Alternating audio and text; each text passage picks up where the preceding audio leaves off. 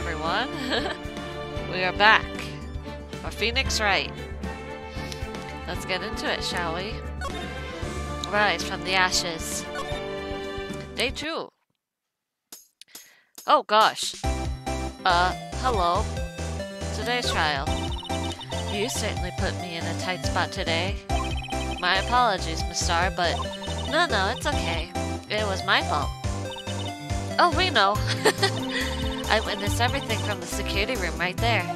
But I was afraid that I wouldn't sound convincing enough, you see. Yosha! Hi, Ryan. It is time. Hey, Fire. Hey, Alex. I was wrong to think that. I'm sorry. Sorry? You lied on the witness stand. That's unforgivable. Little girl, don't forget what's important here. Even if the place I witnessed the events from was different, I still saw what I saw. Stream at 1 a.m., 1:30 a.m. Oh, but anyways, I'll be here. Yeah, sorry, Ryan. I had to go for dinner with parents and friends. Look at Sham. It's Angel Lady, the one who poisoned you. Quick shooter. No! I saw Chief Prosecutor Sky stab a man in cold blood, and that testimony still stands. I swear it on my honor as a detective. She stabbed Goodman. I know this photograph has something important to tell us, but what? You want the gunfire? No. So, you were a detective, weren't you, Miss Star? Yes, it was a long time ago. Well, 2 years ago. No matter how hard... I'm gonna just turn this down. There you go. No matter how hard the criminal, when they faced me, they coughed it up. Coughed it up? They confessed. They babbled like babies, you know? I may seem like a demon sometimes, but I can be an angel too. I wouldn't doubt it. Every day I drag the dirt out of the mouths of the suspect after suspect, and before long they called me the cough-up queen. And here I thought someone has gotten food poisoning from your lunches. That would be me. And you were let go? Fired? I felt that I found my dream job when I became an investor. And if these prim and proper prosecutors hadn't let me go, I'd still be on one today. It's all because of that case. The SL9 incident. Oh. SL9?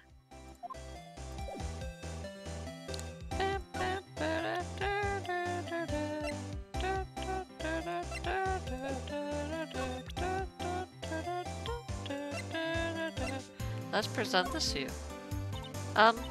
What do you think about this? The SL9 incident. It's written on that knife. And on that note. Goodman was the head detective on that case, you know. Really? That knife was evidence from the case, the murder weapon. It was due to transferal of the very day that Goodman was killed. As I suspected, SL9 isn't over, not yet. Do you think you could tell us more about the SL9 incident? Oh,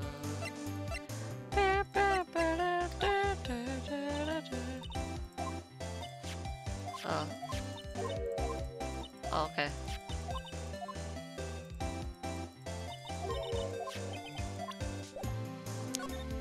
Okay.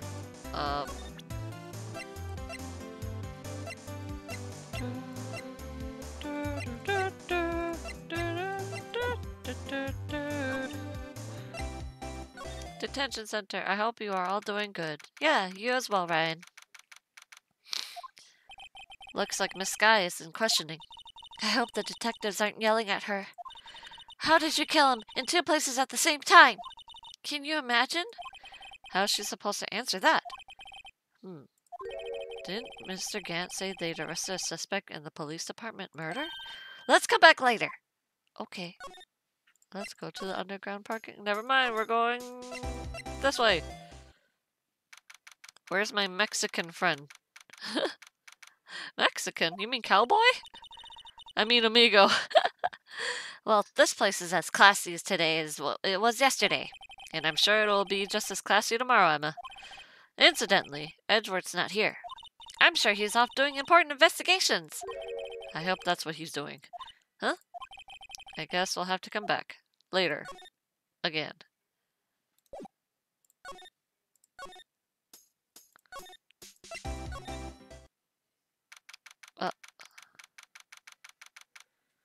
Okay. It's even busier here today than it was yesterday. The detectives are running around so fast they're blurring. I suppose it makes sense. So, the evidence room, the scene of the crime. According to the pamphlet we got at the front desk, here it is! She's like a kid. Oh! Thank you, Blasto, for the sub. Let's go gaming. Thank you. Oh, a real crime scene. Let's go take a look.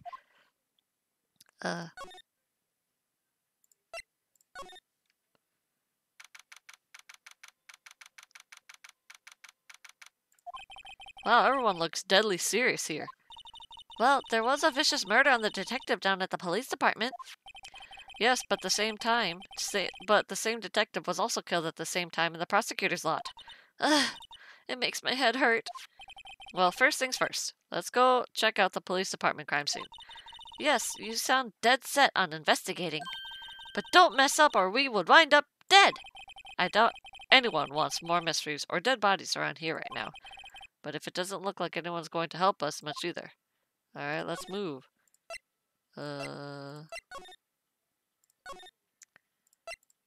Guard station? Whoa! Amigo! I like your cactus. What's with the decor in this place? It's very eccentric. Oh yeah, that reminds me. Did you ever gritty everyone into becoming a fish? No. According to the pamphlet, this is the guard station for the evidence room. So beyond that door is the evidence room. The scene of the crime? It sure seems that way. Oh. What's wrong? It's the cacti! They're so prickly, so imposing. It's hard to think straight. What I want to know is, if this is a guard station, where's the guard? I have a feeling I know who he is already. Let's,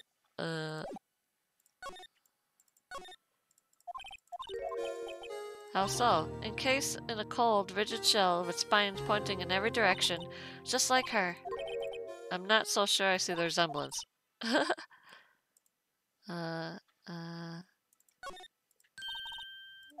Nope.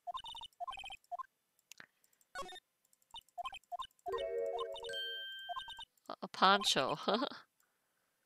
Let's see this. It looks like there's a video feed from the evidence room here. There's a light blinking below the monitor. It says recording. I bet we could use this computer to check on who went in and out there. Okay. A lasso. Okay, click. It won't open. You thought it'd be open? Huh. Anything else? Anything else that I can check on? Nope. Okay.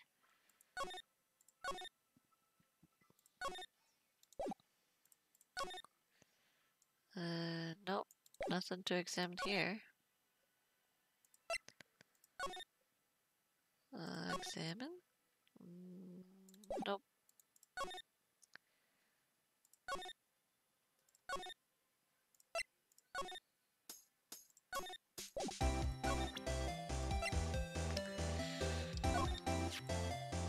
I had one of those up until 2 years ago.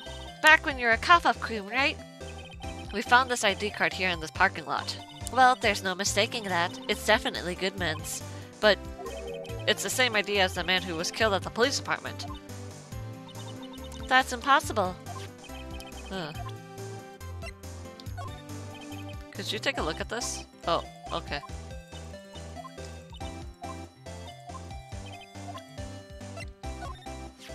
A body with Edward's knife stuck in it was found in Edward's car. I think he owes me his gratitude. Gratitude? Why, if I hadn't witnessed the crime, Mr. Edward would have been the suspect. Still, it's strange. Why didn't our chief prosecutor have her own murder weapon already? Oh, nope.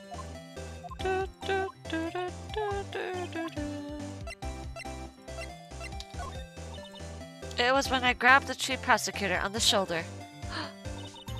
She dropped that phone on the pavement. That's when you heard her talking about the muffler, right? Little did I know, it was a trap! The red car mufflers and the prosecutor's red muffler. Huh.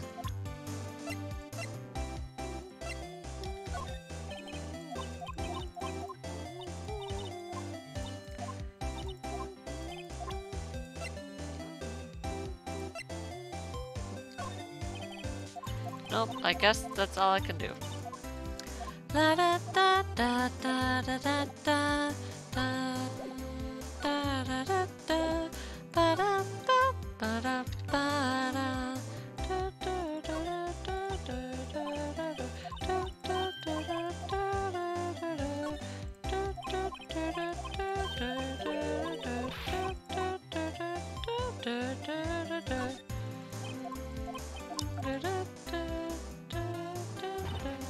Ah!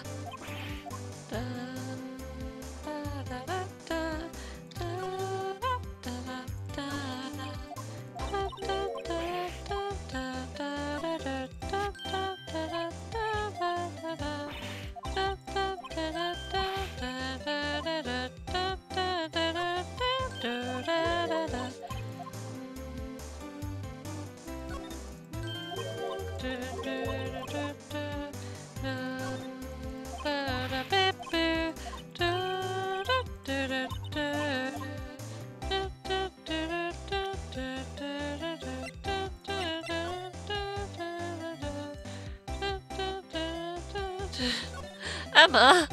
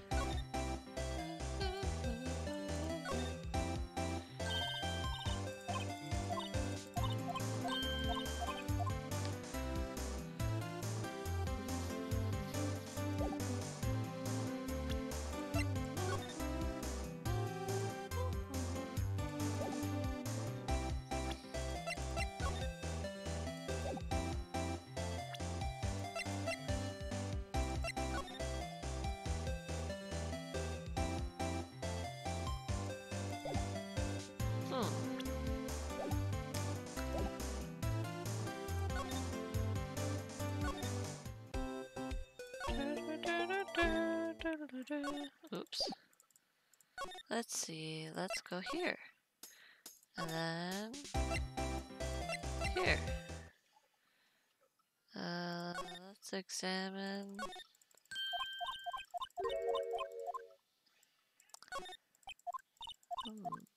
Whoa.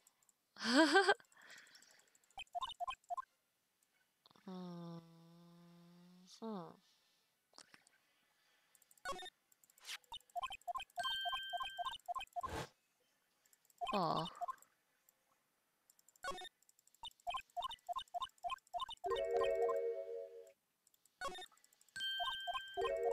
Wait, Cham. Yes? What's up? Let's go back. Let's move. Is that room? Is Tsundere Baka-chan's? Yes, it is! It is Miles Edgeworth's. Nope, okay.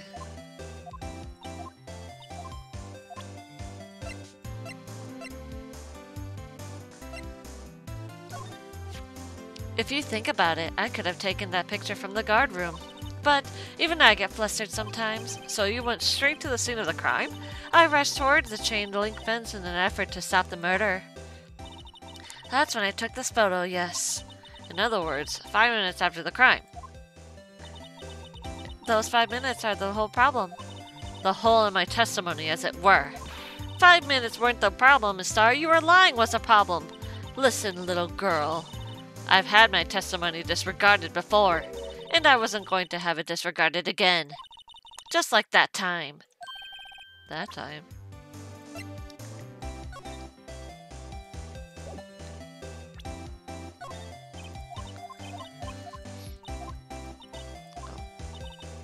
Hi, Keaton. Prosecute Blizzard for crime against Overwatch. That incident really opened up my eyes to the truth. We're nothing to them, disposable. Disposable? To who? 2 years ago, it was the biggest case I'd ever handled. Oh. The police and the prosecutors were desperate for decisive evidence. So, they didn't solve it? On the contrary, it was solved quite cleanly. The criminal was caught and executed.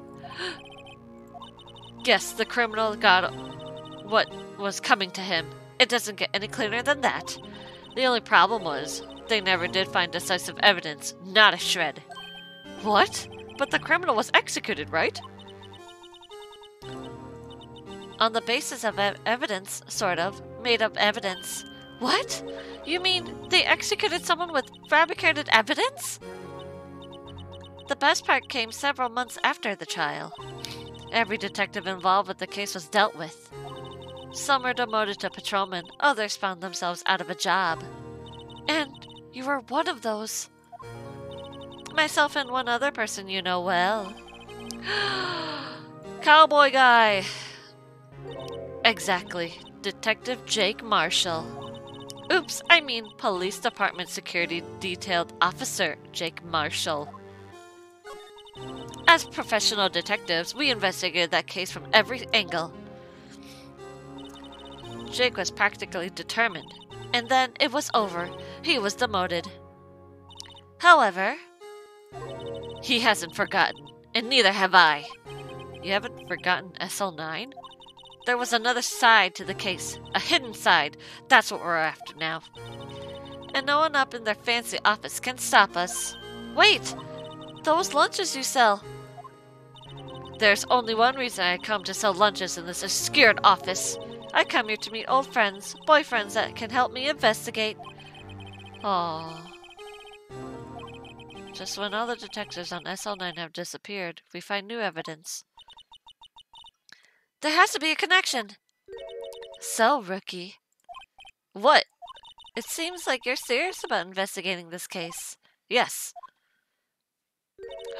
Then you should take this. A Salisbury steak lunch? That's really good. I know a certain guy who might help you if you attempt him with this treat. Receive, Miss Starr. Excellent for putting Officer Marshall in a good mood. Hey, yo, let's go. Miss Starr. Officer Marshall, is he here? Are you going out? Why do you want to know? I just wondering what happened to him. A long time ago, when he was helping my sister do cases, he was so nice. He got along so well with my sister, it made me jealous. And he was nice to me too, back then. This would be when Officer Marshall was a detective. But now he's so cold. Jake and I are merely cooperating on this investigation. We're putting the past to the rest, as it were. Nothing more, nothing than that. I see. Arigato. Thank you. Alright. Thank you. Let's go. Not this music.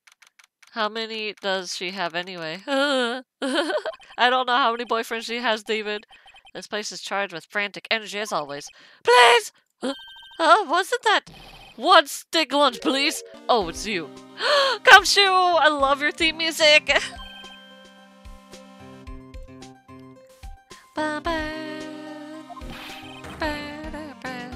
Now's no time for chit-chat, pal. I'm busy, man. What I really need is a steak lunch from Lunchland. Oh, you mean one of these? Actually, it's not for sale. Oh, no, Gumshoe! No. Give it to him, please. Now's no time for despair. We caught our criminal. Now we just need evidence. The criminal? You mean you heard about the stabbing of the police department evidence, right, pal?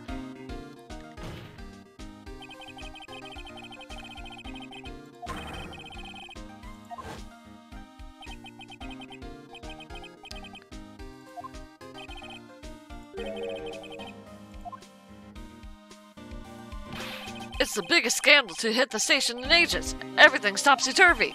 But Detective Gumshoe, who was it? Listen, pal, all I know is I need a steak lunch pronto. Standing around here talking isn't going to fill my belly. It might be faster to list who isn't her boyfriend by the sound of the things. Oh, fire. Wait, don't leave! If you want to know more, head down to the detention center, pal. Questioning should be over, so I figured he's down here having a good cry. Later. Oh, goodbye. He ran off to the evidence room. Well, this investigation is off to a running start. Oh, he's not here. Okay. Let's go here. And, Hello, sir.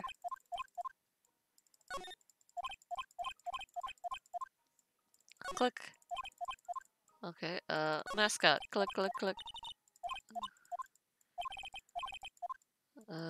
Anything else? Click. Anything else? Nope. Okay.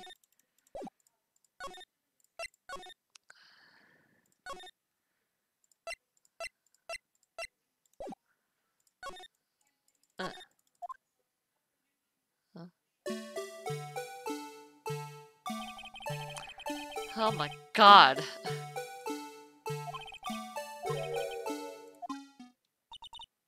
Can I take out his batteries? Sham, I don't think I can that guy's face, the one who stares at you in court. Huh? See. Oh. Grant? I think that's his name.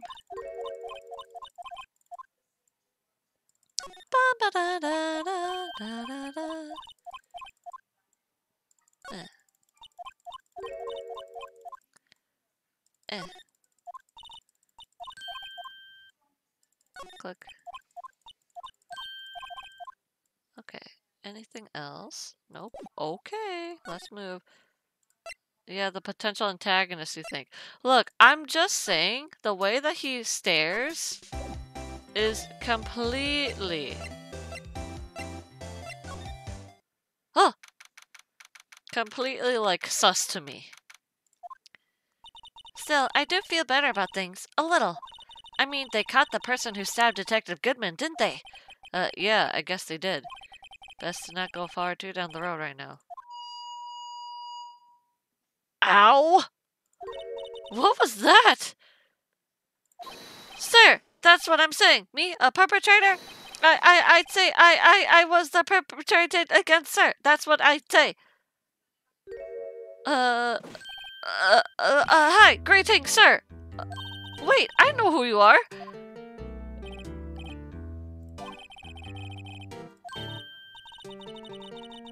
Officer Meekins, so you're a guard here at the detention center? No, sir, I am not, sir. I'm a lost patrolman. I like a lost lamb, sir. Oh, I get it. You're here to deliver a report.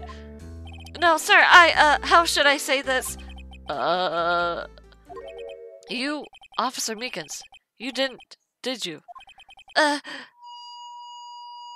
Ow! Perpetrator Officer Meekins reporting, sir!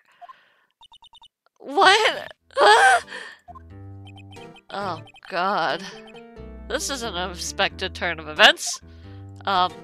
Day of the crime. Sir, I am a patrolman with General Affairs, sir! Sir! Ow, I can hear you fine, Officer Meekins. I had some business at that day, sir, and so I went to the evidence room, sir. The guard station in front of the room was empty, sir. So normally there's a guard at the evidence room? That's right, sir, because evidence is kept in the evidence room, sir. Now the security officer was none other than Officer Marshall. Marshall? Then, sir, I happened to glance at the security room monitor. That's when I saw him, sir. A suspicious person in the evidence room. A suspicious person, sir. A suspicious person.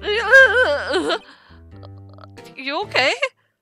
Not the officer, he's so bro. So what happened to them? After that, sir, everything went white. I saw red. I blacked out. And then, when I came to, I was here in the detention center. Huh? How long were you blacked out? Might I ask, what happened to your hand? Sir, there was no one to bandage me, sir. So I did what I could to wrap it up, sir. Oh my god. Aw, like Miss Sky. Yet another similarity between this case and the one at the prosecutor's office. First things first. Tell us how you hurt your hand. I don't mean to pry, but you are the perpetrator, correct? You killed Detective Bruce Goodman in the evidence room, right? Sir. Ah! Please don't look at me with those sad puppy dog eyes, sir! Ah! If you have to label me as perpetrator or victim, sir, then label me victim! I would, but you happen to be in detention and alive and well as that. Yes, well, that's true, sir. I suppose you could say that. Did you know the victim, Detective Goodman? Well, sir, if I had to label him as a stranger or a total stranger... Ow! Then I'd say that he leans heavily on the total stranger side. So you didn't know him. Sir, I worked in a teeny department devoid of lights of other creatures' comforts. I don't know any detectives. So if he was a total stranger, why did you stab him? Sir, I had no intention of killing him, sir. None.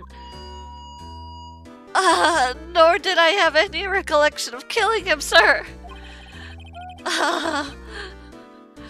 Oh, my ears. Bandage hand. About your hand, did that happen during the course of the crime? Well, you see, sir, don't you think you should just confess? But sir, but there was nothing I could do. Nothing you could do? Sir, to tell you the truth, sir, when it happened, when the detective pointed that knife at me, I just hollered, sir. And the next thing I knew, I was unconscious. Someone take that microphone, please. The next thing you knew were, huh? Then, when I opened my eyes, I was alone in the evidence room, sir. All alone. Alone because Detective Goodman had disappeared. Huh? Then when I looked down, I was gushing blood from my hand, sir. On the shock. Oh, the shock. Oh, the sorrow, sir. Can you imagine how I felt? The victim's body disappeared. David, that's some story.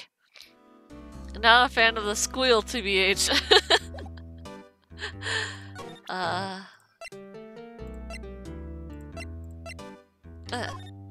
Officer Meekins, this is for you. I'm scared of knives, sir. It's okay, I just wanted to take... That's it, sir. Last night, sir. That's the one. Okay. I was in an apple, sir, in my dream, sir, and I was being peeled. On second thought, you don't have to look at the knife. Oh,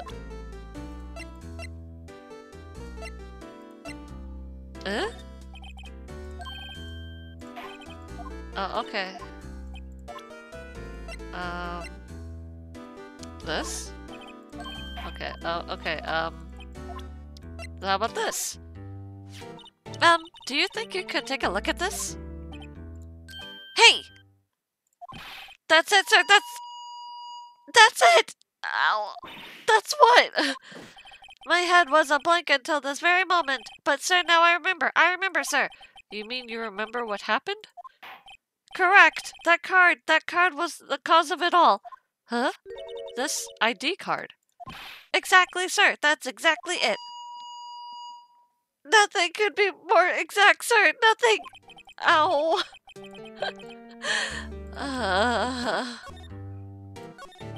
Can you tell me what it is you remember? Well, sir, you might say I'm a lost little patrolman, a lost little lamb, if you will. Oh, okay, this is new. I didn't know Mr. Detective Goodman, who was in the evidence room, and that's why you thought he looked suspicious. Yeah, sir, I entered the evidence room and asked the man to show me his ID card. Well, that sounds pretty much by the book so far. That's right, sir! That's what I've been trying to tell you! So you asked Detective Goodman to show his ID card. What did he do? That's the thing! He suddenly pointed a knife at me! What? Sir, I assure you I was as flustered as you were right now, so I whooped and leaped at him. Detective Goodman pointed a knife at the little... Meekins, boy! Do untold to others before they do unto you, my own father's words. That microphone, please, for God's sakes. What happened then? Well, my eyes, sir, everything went white. Then I woke, I was here. Right.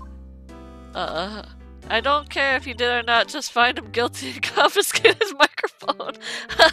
I respect how he says sir. The amount of times he says sir. So, Officer Meekins, why was it that they arrested you? What do you mean, Emma? Let's look at what we know. Okay. Now, Officer Meekins didn't know Detective Goodman.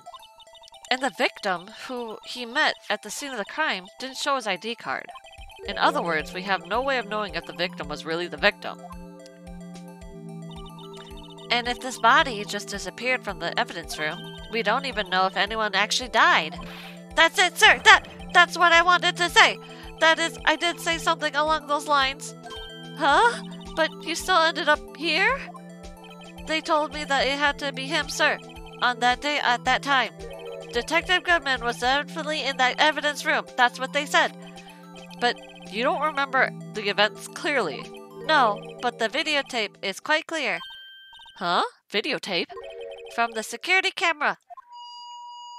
The crime! My crime! The crime I swore to stamp out! It's there! It's me! It's on the tape!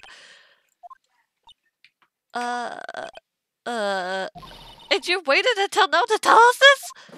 I'm sorry, really, really sorry, sir. I'll hand over my badge. I don't deserve it. No thanks. I have my own.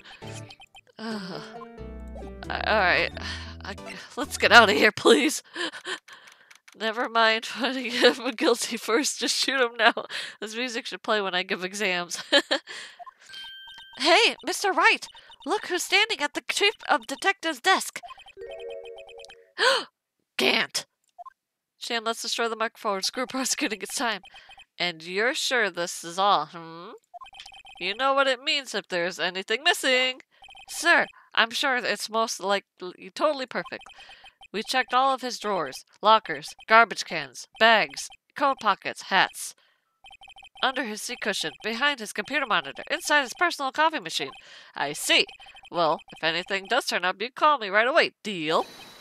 Yes, sir! We'll scour the place again, sir! Not him, of all people. Chief, look at him.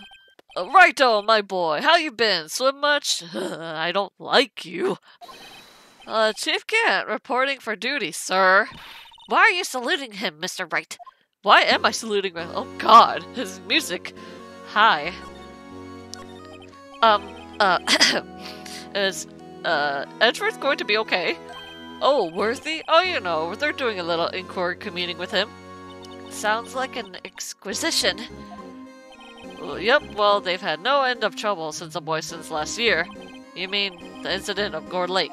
It doesn't look good having a top prosecutor sit in the defendant's seat, does it? And you got someone else found guilty in the case, right, righto? Von Karma. A legend, he was undefeated in his 40 years career. But in court, you fixed it so he was caught for forging evidence. Wait, I didn't do anything wrong. He did forge evidence. In any case, the prosecutor office is a bit turmoil, you might say. Okay, Cham, I guess your villain is this guy. He got the music as well. He just screams villain. Why, they do just about anything to restore their reputation. Now, depending on what that inquiry committee decides, it could be bad for Worthy. God, your eyes! Oops, sorry. What? It's downright odd, I tell you. The defendant getting killed on the turf, too, I mean. They're being the prosecutors, I assume? Scientifically speaking, it's impossible! Yes, but that's what the evidence is saying. Goodman was stabbed in 2 locations at the same time. That's what it says. What evidence is this? Now, Raito, I can't give away all our secrets just like that. Actually, you can. And in this particular, well, it's a little sensitive, and I can't talk about it. I wasn't expecting much anyway. You know, one thing I hate most of all is hiding stuff. Secrets, I can't stand them, then why are you keeping secrets from me? But you know, it's a full-time job just keeping the chief of detectives trapped shut. He was the one you were picking in on earlier? Huh? You saw that? Whoops. Let's see if we can kind of discreetly ask him.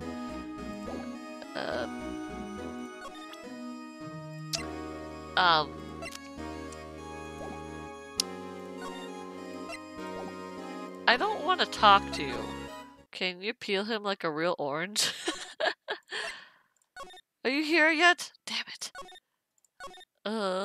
Do I have to talk to him? Fine, I'll talk to him. Do you know anything about this knife? I was wondering, could you take a look at this? Oh, okay.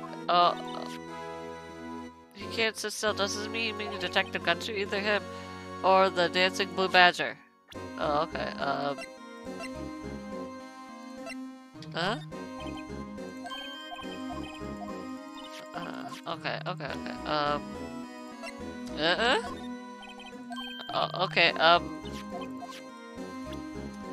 this? Nope, okay. Can we stab him with that knife? This? Nope, okay, alright. I guess I can't show him anything.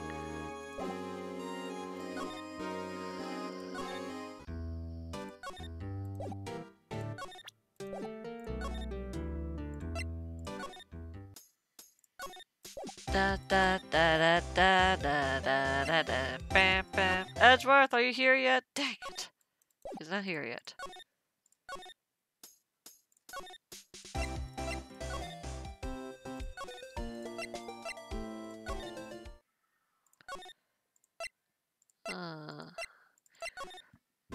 I feel like I have to present you something. Oh, okay. Where's that Baka-chan? I don't know.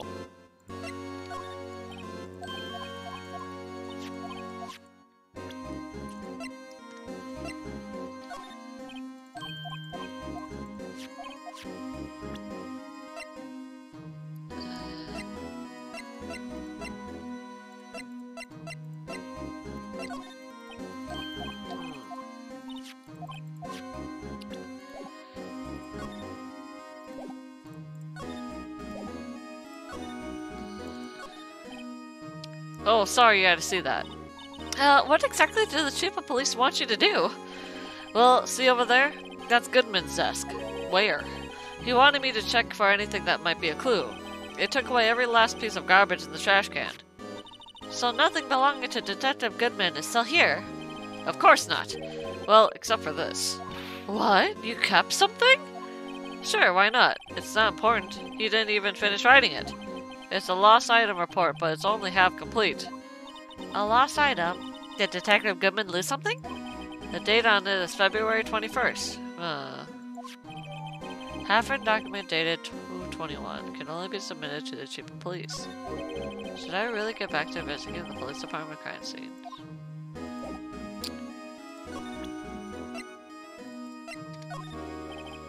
Okay.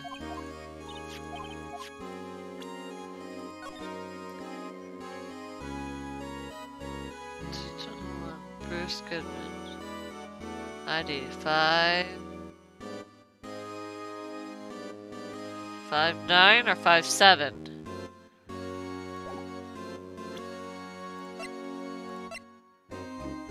58. So why does it say 59?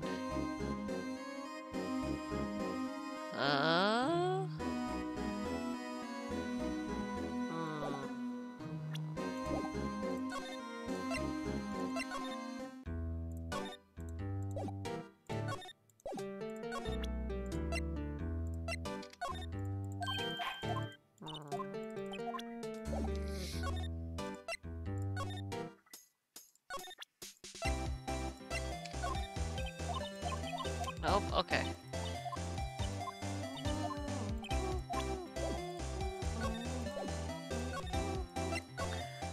Edward, are you here yet? Are you here yet? Where is everyone?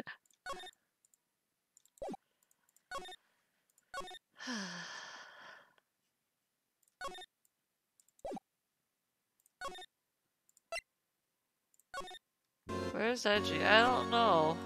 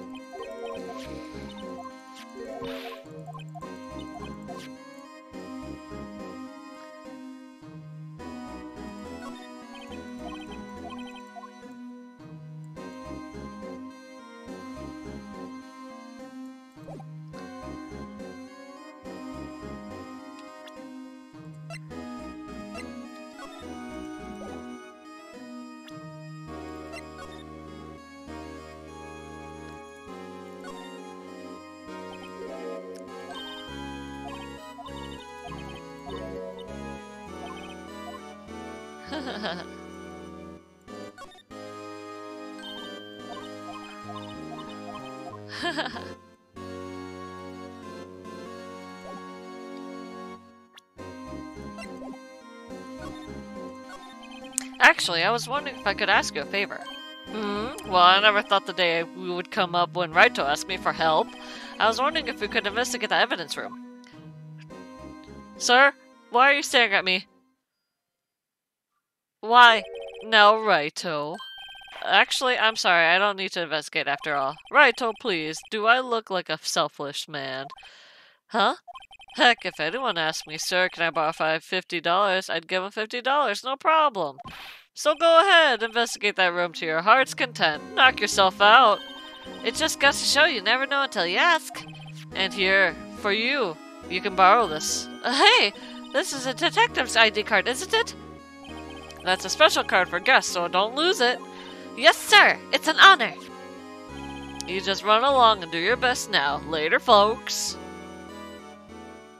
Suspicious. It looks pretty cool on my lapel. Doesn't it? Just look, a real ID. You mean, you seem happy. Can we get away from that guy? This guy's OST is annoying. Yeah, I don't like him.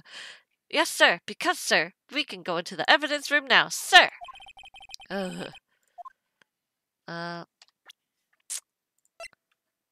Dang it. Okay. Let's move.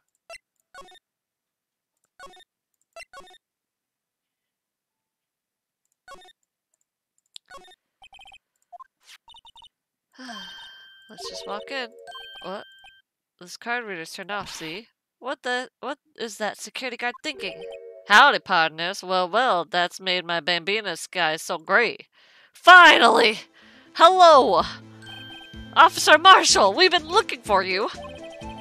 What's that? Why does it have to be him for look? As you may have surmised, here's my saloon.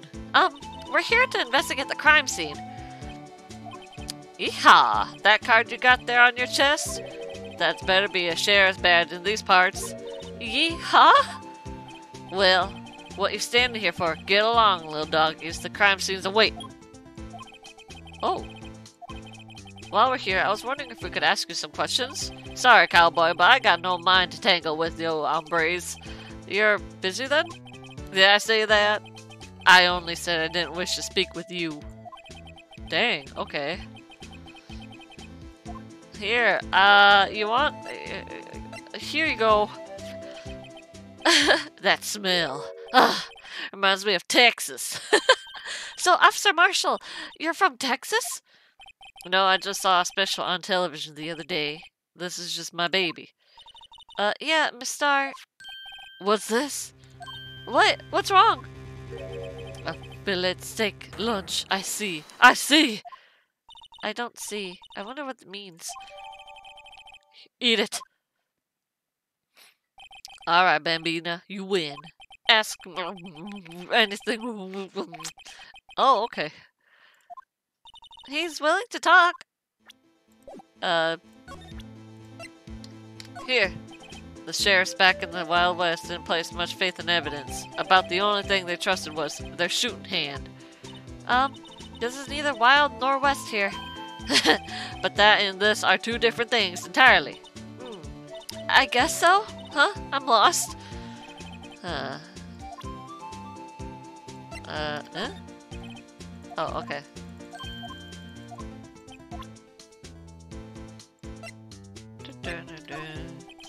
Okay, okay.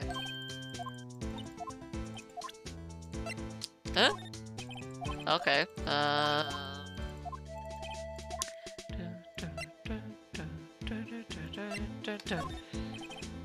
okay.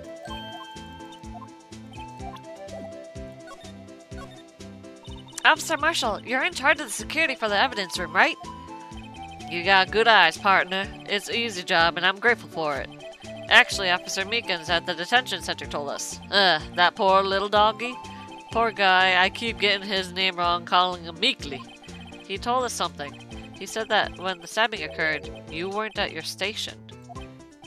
Well, maybe I shouldn't be telling you this, but since I got demoted from detective 2 years ago, well, I might not look it, but I lost my fire for the job, you know? So, what were you doing around 5:15 at the murder took place? Well, I reckon I was galloping down the highway at the back of the steed, Zippy. Note, he was riding down the highway on his horse named Zippy. There's no need for people here anyhow. These newfangled machines didn't do bang-up jobs of keeping my eye on the place. You mean the security camera system? I don't take to machines much. Kinda like the stewed broccoli they sneak in next in your steak, you know? Miss Starr told us something. She said that you were a detective until 2 years ago. It was always my dream to be a rawhide wrangler on the scene of the crime. That's all gone now, like a drinking hole in a prairie fire. You are still investigating the SL9 incident with Miss Starr, aren't you? That was my case. It's all solved on the records book, but it smells like a bad game of poker.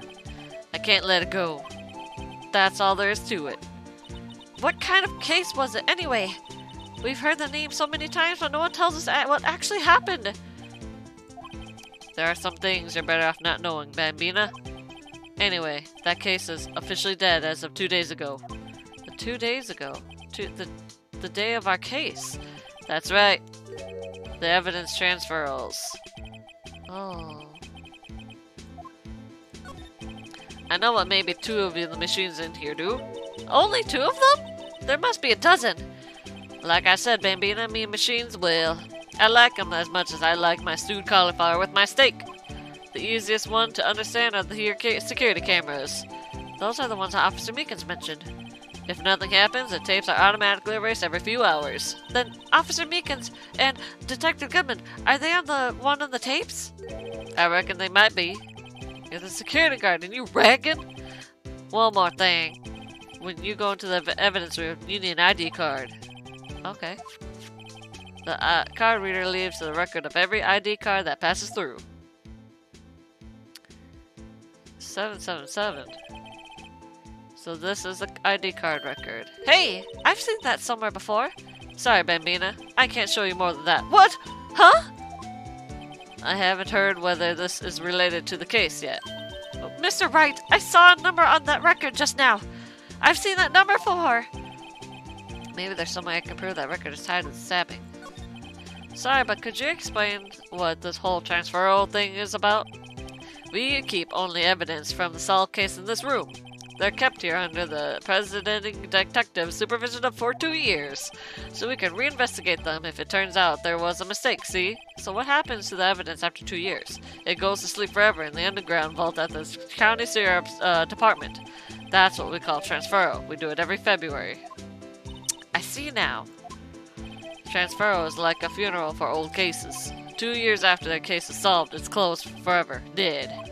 Never to be reopened again. Never to be reinvestigated. And that happened to the SL9 2 days ago. Huh. Alright, see ya. Oh.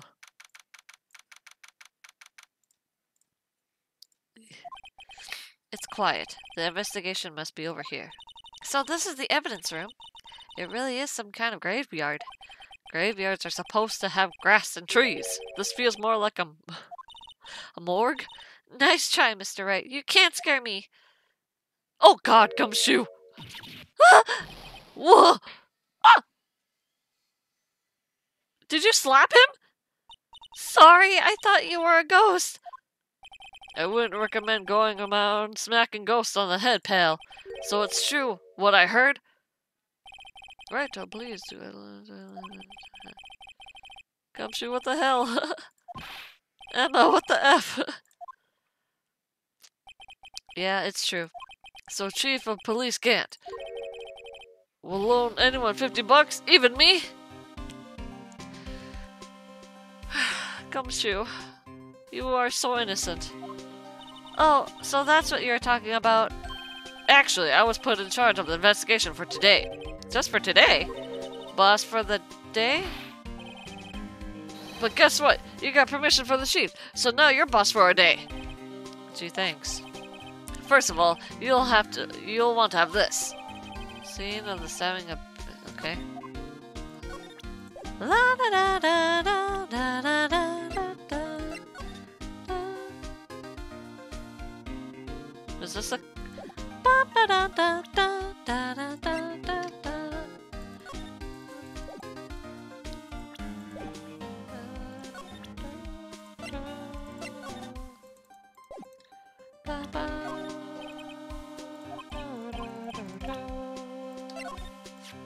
Detective Goodman's note, and that switchblade knife. I bet Edgeworth was the most surprised of anyone, because of the SL9 connection? That was Mr. Edgeworth's first big case, 2 years ago. That was the first time the world knew about Edgeworth was a man to be feared. But why would the evidence from that case turn up now? I guess it's not over, pal. Maybe there are some loose ends left on that case.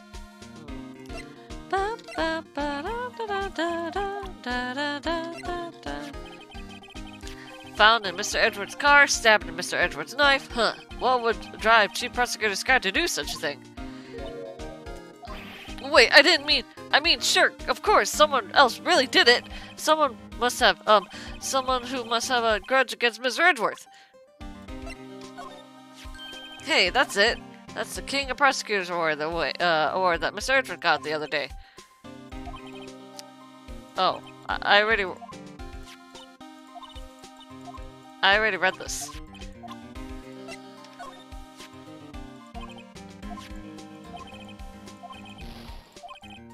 Huh. Boss for the day. So, Detective Gumshoe, you're a boss for the day? That's right. It's an honor. After all, the murder took place right here in the police department. But if you're a boss, why are you all alone? Where are your underlings? They're using yesterday's finding to prepare for tomorrow's trial. In other words, you got kicked out of the investigation again. I'm adamant, though. I'm going to take control and put this case to rest. In my own evidence locker, pal. You have a locker in here too, Detective Gumshoe? Of course. I am a detective, after all. They gave me a locker that only I can open, pal. Only you can open? I'll always believe in Mr. Edgeworth, no matter what happens. So, Mr. Edgeworth is with the inquiry committee right now, right? They're trying to figure out who's responsible for the mess-up in court today. I see. I guess this is what you call fate. Mr. Edgeworth just can't get away from that case. That case? Yeah, that case. The SL9 incident, of course. That was the beginning of the end of Mr. Edgeworth. Huh. La da da da da. This place is more high-tech than you think. Every locker is fixed so that only one detective can open it. Using their ID card. Well, that's the thing, pal. ID cards can be lost. Why, I'm on my 3rd card since entering the force already. That sounds like a lot. Yeah, but even I can't lose my own right hand. Right hand? Oh, you mean your fingerprints. Exactly, pal. The lock for each locker is coded with a fingerprint. Ow! So the only locker we can open is our own. Funny, they look like normal lockers. These are the latest model. There's a trick to the handle, see? The handle, sorry. On the other side of the handles is a sensor, and if the wrong person touches it, But zap, you get shocked! If that's what happened, my hand would be black and smoking every day. In any case, the locks aren't that obvious. There are even some people on the force that don't know about the fingerprint locks. Oh, only assigned detective prints can unlock it. Indicator lamp lights up when it's open. Now that was a bloody violent case. Violent, so it was a murder. A serial killing. But the killer made a mistake, and Mr. Edgeworth built his case around that to nab him. And this was 2 years ago? That put Mr. Edgeworth right around the spotlight. It started the rumor mill. Rumors about the forged evidence. It was supposed to be and all cleaned up with the transfer all the other day. It was the last job he ever did. Detective Goodman, that is. Huh? What do you mean? Detective Goodman was the detective in charge of the SL9 incident, see? So, that switchblade knife. The victim took the knife out of the evidence room himself.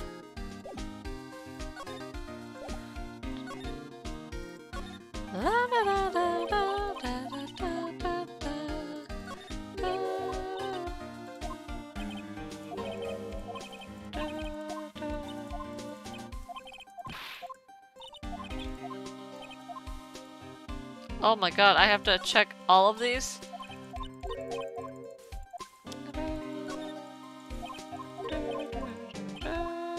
Oh wait, this one has a shirt. Gotcha. Oh, that's your personal pole! And the metal detector! And I don't think I've seen this one before. Oh, that's a bug sweeper. I'm sure it will come in handy in solving some case sooner or later. You can't judge a person or a machine by the cover. You gotta look at their heart. Okay. La la la la la. Paint. Since the dawn of time, true art has always been a war against apprehension. True art? I noticed there was a blue and yellow paint there. Perhaps we're just witnessing the birthplace of Blue Badger. Well, you might say this is my studio. Here, in the evidence room. Someone left a glove here, but only one. Detective Gumshoe, maybe? There you go, pal, making me out some kind of absent-minded detective. This evidence from the case, you know. You mean SL9? Tagged evidence from the SL9 incident, extremely thin rubber glove. Look, this one's open, and the red indicator light door above it is lit. That locker's coated with Detective Goodman's fingerprints. Are you sure it's okay to leave it open like that? Well, it'd be hard to get it open since if we closed it. It's empty. They must have taken the contents here. Dang it. Wow, someone must have broken something big to make all these pieces. Detective Gumshoe, perhaps? There you go, pal, making me out some kind of hooligan. That's apparently from the case. The case? The SL9 incident, pal. See the sticker on one of the pieces there? Another piece of this. Let's take a closer look. I wonder what shape these pieces were in before whatever was broke. You want to try putting them back together? Huh! Good luck, pal. That's no job for amateurs. Why, I spent a good 3 hours on that before I had to give up. That's why I always carry around a tub of glue. Well, this piece looks like the bottom. Let's try putting the rest in place. Oh!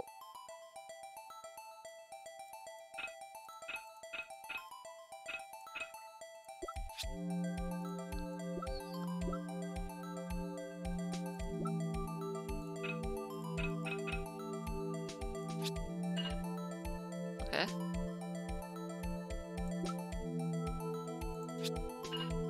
Okay.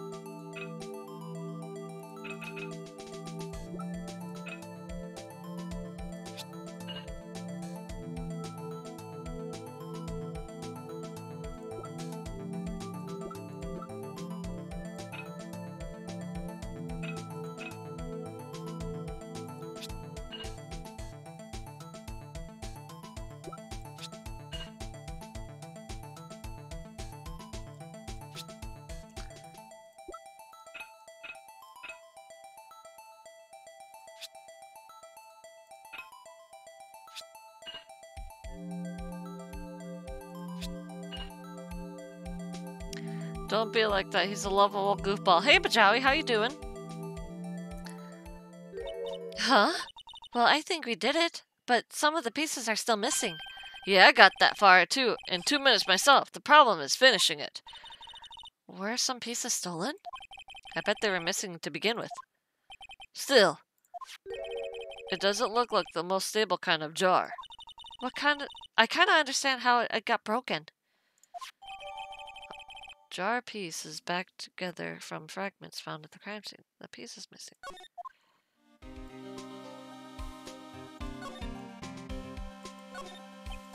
What is this, blood? It's a little worn, but there's definitely a handprint here. Looks like someone tried to wipe it off. Mr. Wright, what if there are other bloodstains left in the room? We should use her testing fluid out. Okay. I keep forgetting to start with a high. Oh, we're at the rise of the ashes. Yes, we are!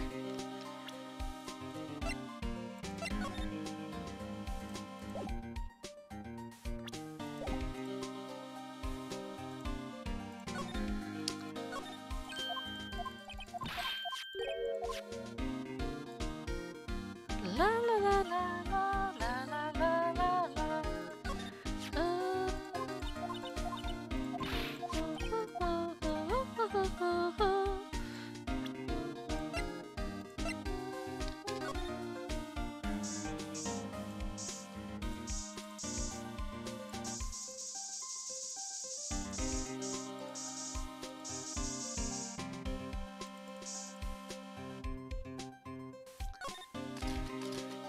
God.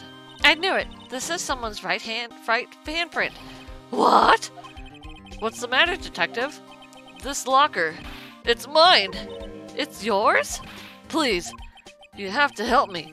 When they come to take me away, promise you'll testify that I wouldn't harm a fly. You'll do that for me, won't you, pals? I'm counting on you guys. Believe me, you can't trust the police. What? But you're a detective!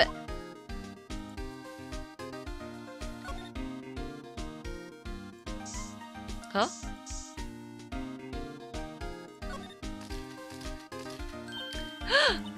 Why am I getting a reaction here? There's no reason for the murderer to touch the spot if he fled out the door. This just might be something significant. Hey! That's some pretty amazing stuff you got there, pal. What, this? It's called liminal testing fluid. Where'd you get your hands on that? Huh? I'd like to get some too. I'll just borrow $50 from the chief. Where do you get this, Emma? I always buy it by mail order. Huh.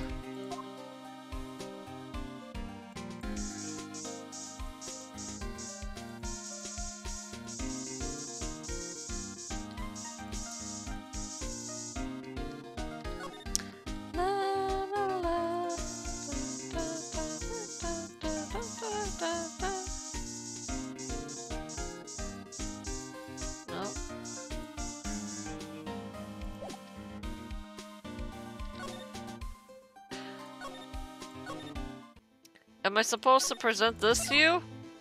Oh my god! See this? This is the victim's ID card! Ah, the one that was on the ground in the parking lot. The number on this is 5842-189. Officer Marshall, show us the ID record again. 5842-189. Look at the fourth number. It's a perfect match. It was used at 5:14, right before the stabbing.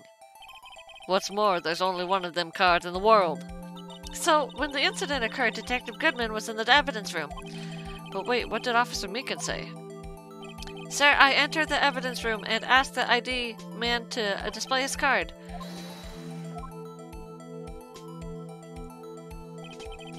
If he had his ID card then, why would he have pointed the knife at Officer Meekins? Alright, compadre, you win. I guess I can give you this ID card record. Thank you! IDs of all who enter the evidence room on 2/21.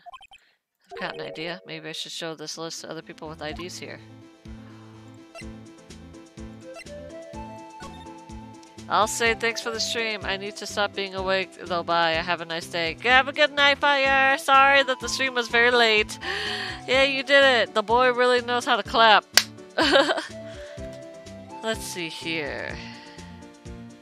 Da-da. Well, this is the thing that I'm confused on. You see these numbers? They were put in twice, and this was at the same time as Bruce Goodman. 49, 89, 596. And if I were to look at this, Bruce Goodman's ID was lost. He was going to report his lost ID. But then suddenly it was 59 or 57.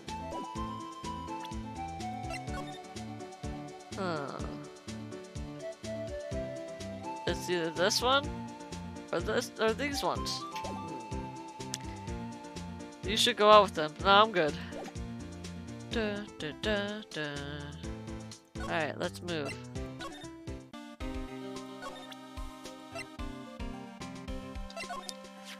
Could you take a look at this? This is the ID record of the people who came in here on the day of the stabbing. I heard the rumors, so it was good. Whoa! What was it? The second number. That's not your ID, is it, Detective Gumshoe? Mr. Edgeworth. What? The second number on this list belongs to Mr. Edgeworth. Huh? Why would Edgeworth have come to the evidence room? Hey, pal, look at the time. Was there something you need to go to? It's just that Mr. Edgeworth's inquiry committee should be letting out soon. I'm going to give them my report for the day. It might help, you know. Report? You mean the note written in the back of that flyer? The one that says nothing about no problems? Hey, it's Mr. Edgeworth we're talking about. I'm sure he can use a report like this. I believe in him. Okay. I'm off, pal. Later. Bye.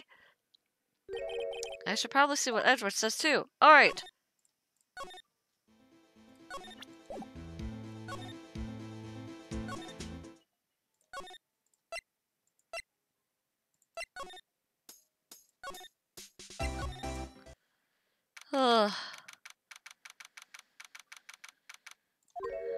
Oh, hello.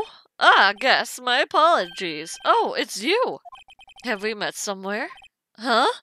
Mr. Edgeworth, I beg your leave. So long.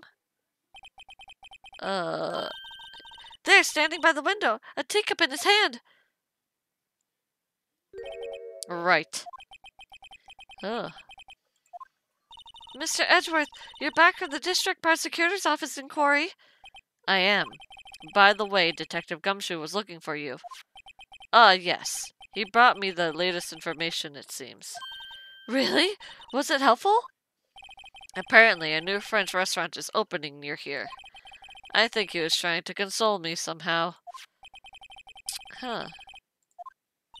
Poor Mr. Edgeworth. I think this whole thing is really taking a toll on him. So, how did the inquiry committee go? Actually, they decided to treat this not a case of concealing evidence, but as a communications error during the investigation. Concealing evidence? Yes, apparently there are some who believe that I concealed evidence. They gave me a warning. You were lucky this time. Again. Again? I've heard them say that so many times. Ever since that case 2 years ago. Are you okay for the trial tomorrow? Well, I'm still presiding prosecuting attorney. However, something happened? They gave control of the investigation over to the police department. The police department? Yes, any further investigation for this case will be directed by the Chief of Police Gant. I can do nothing but wait for his results. I see. Why, I ask you? Why? All along I've done only what I believe is right. I have nothing to be ashamed of. But still... Wow, I never seen him like this. Hey... Oh, right! I better check this now. As I was saying, hey... What's this? A record of an ID card usage? Edgeworth, you went into the evidence room that day, didn't you? Just before the incident occurred, no less. Yes, that's true. Why, Mr. Edgeworth? Please don't look at me like that. I was asked to go by Chief Gant, no less. See what I'm saying? He's so suspicious. He's trying to place it on Edgeworth. The chief of police? He wanted evidence for a case that wrapped up half a year ago. He told me he wanted me to keep it here in the prosecutor's office. But it was solved, right? It wouldn't have been if the evidence was already filed. The chief was never one to explain himself. In any case, the day of the stabbings, I brought this back here. Can I ask what kind of case this is? I can't say. It really has nothing to do with the current case. Huh. Evidence from the past case of Edgeworth, brought back to the office by Gant. Stubborn as always. I told you this has nothing to do with the current case. Okay, Oh, okay.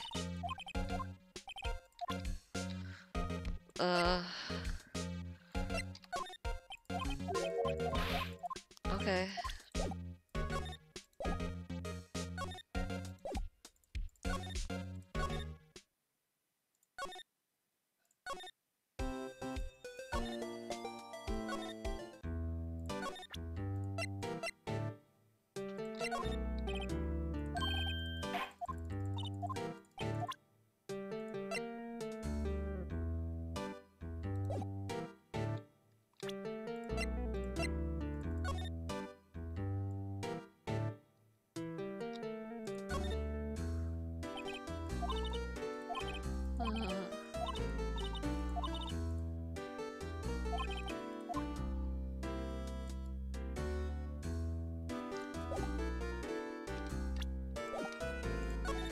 Wait.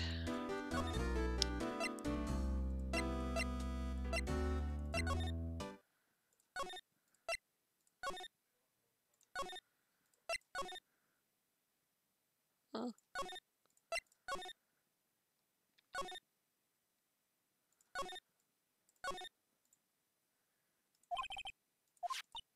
So the person who took out this knife had to have been Detective Goodman. Huh. That yellow crime scene tape, you know, yesterday was the first time seeing that.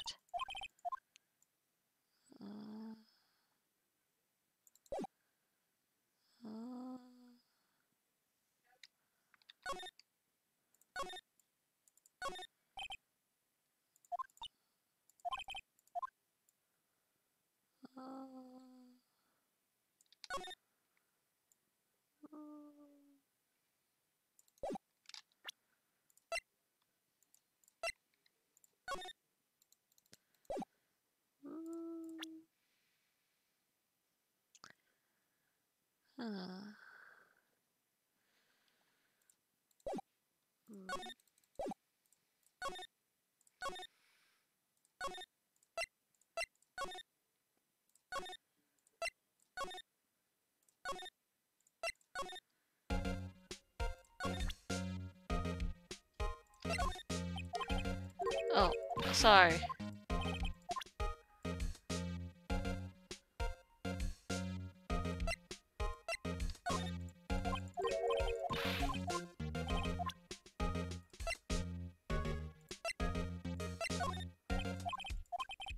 Oh, it all has to do with that case you were on, the SL9 incident, and some dark suspicion you were wrapped up in.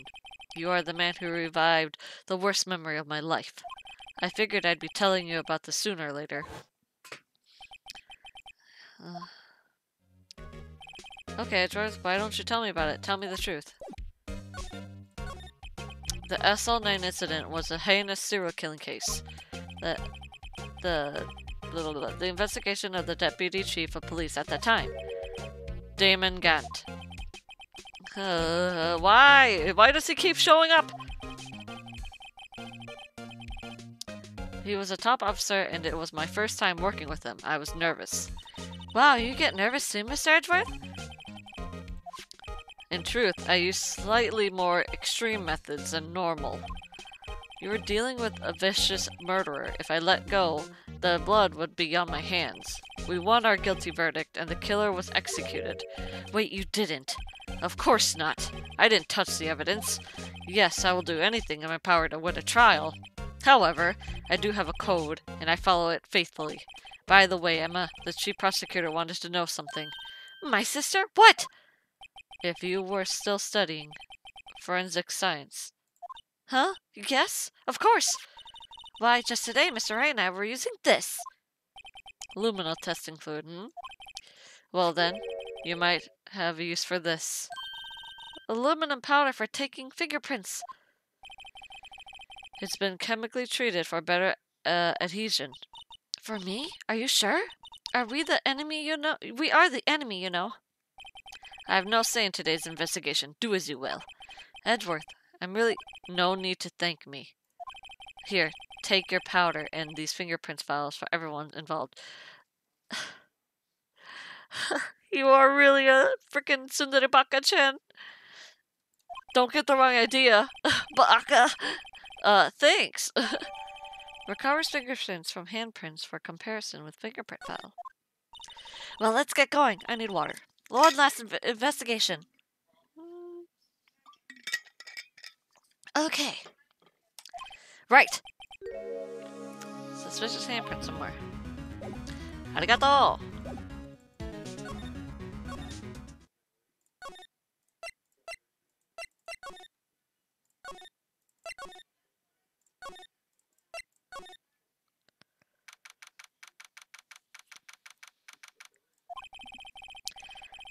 Suspicious handprint.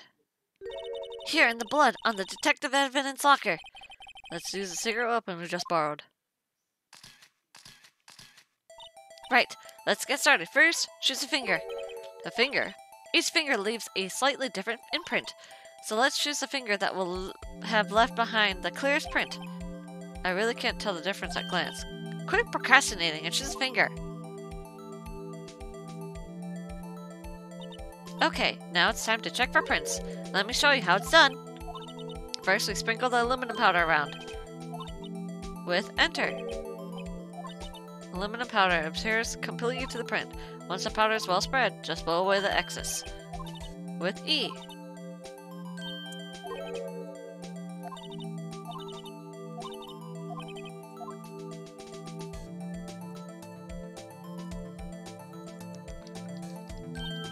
You did it! You found one! It looks nothing like a fingerprint. Now that you mention it, I guess it doesn't. What does it mean? I think it means we're out of luck. The person who left this handprint must have worn gloves. Don't tell me we've been wasting our time here. Hey, calm down! That's just the way it goes sometimes with scientific investigations, but it does seem a shame. While we're at it, why don't we look for other prints? Huh. Looking closer.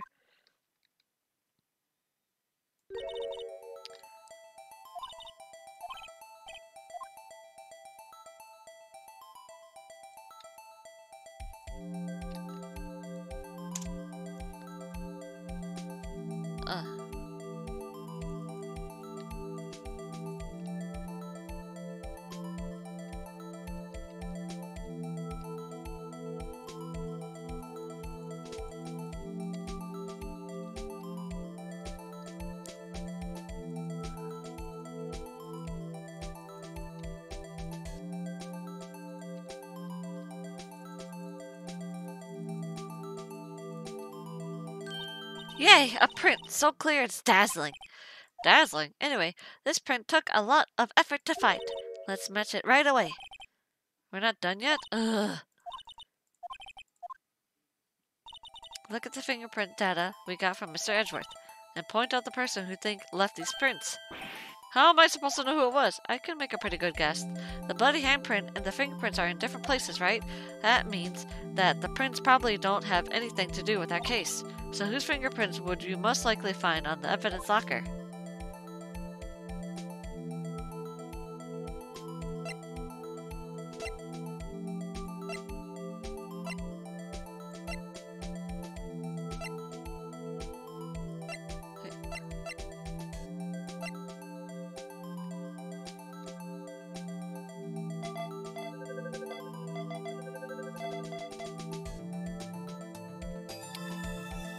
The Gumshoe! Aha! So these prints belong to Detective Gumshoe. Something wrong, Mr. Wright? You gave me the so what look. I guess that's probably because I was thinking, so what? Okay, so he came out with nothing this time, but there's always next time. Sometimes you hit, sometimes you miss. We gotta roll with the punches, Mr. Wright. Thanks for your sympathy. There was one other handprint. Yes. There is one other handprint. This one. Check for prints.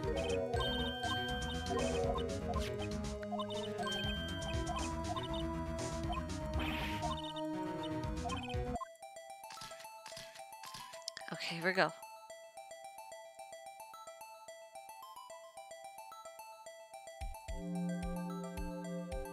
Huh?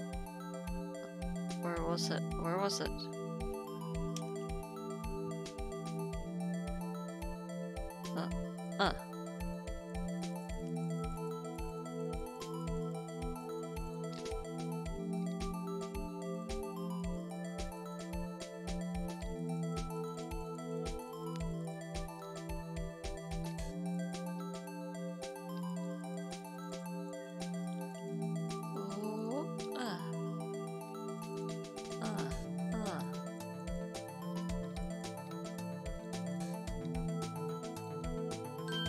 There we go.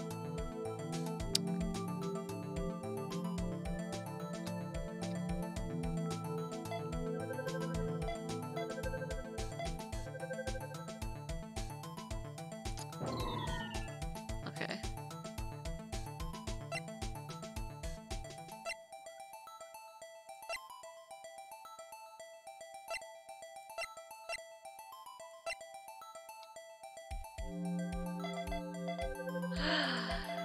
Jake Marshall!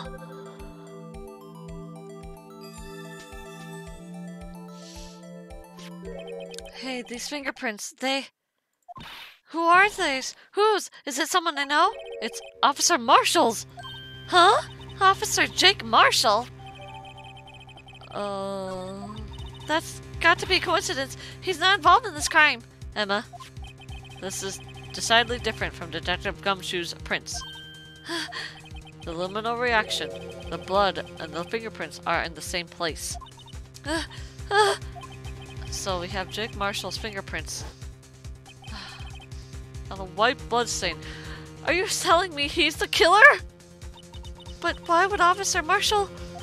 It looks like our investigation is finally turning up some results. I guess this is what you'd call decisive evidence. I don't believe it. Emma? To be continued? Oh my god, that took forever. Alright. Now for the fun part.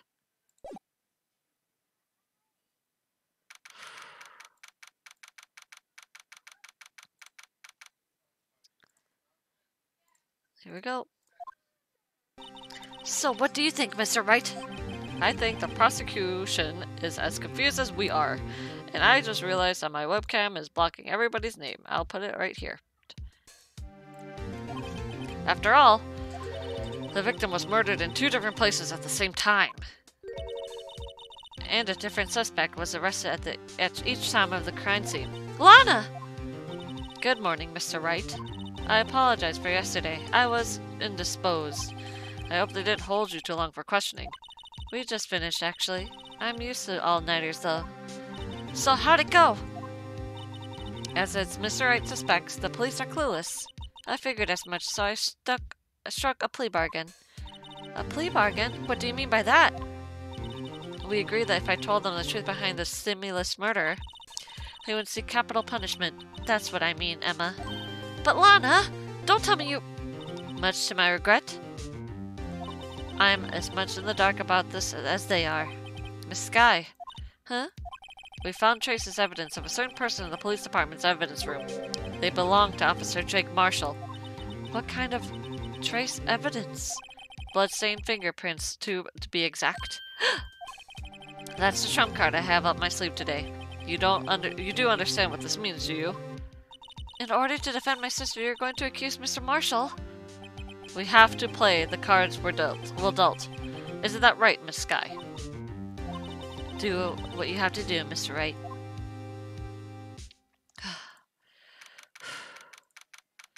Okay. Here we go. Court is now in session for the trial of Miss Lana Skye. The defense is ready, Your Honor. The prosecution is... I'm afraid you'll have to clarify. It takes 30 minutes by car to reach the police department from the prosecutor's office. Yet the victim, Bruce Goodman, was slain at both places at the same time. But that's not physically possible, is it? What's more, I hear the victim from the evidence room just disappeared. Yes, and the body eventually reappeared in the trunk of Mr. Edwards' car. One of my duties as prosecutor is to present impartial evidence. Today I will present evidence relating to the murder at the police department. In so doing, I believe the way in which we should proceed will reveal itself. Now that's what set Mr. Edwards apart. He sounds so on top of things, even though he doesn't know what's going on himself. And that's what's supposed to be an admirable trait. Very well, let the trial resume. On the day of the crime, what exactly transpired at the police department? Mr. Edwards, you may call your first witness to the day of the stand. For its first witness, the prosecution calls the suspect of the murder that occurred at the police department. The suspect? You mean the so-called murderer? Oh boy. Things are getting wild from the get-go. Oh god. Will the witness please state his name and occupation? Yes, sir! I am Officer Mike Meekins, sir! My occupation is, that would be murderer, sir!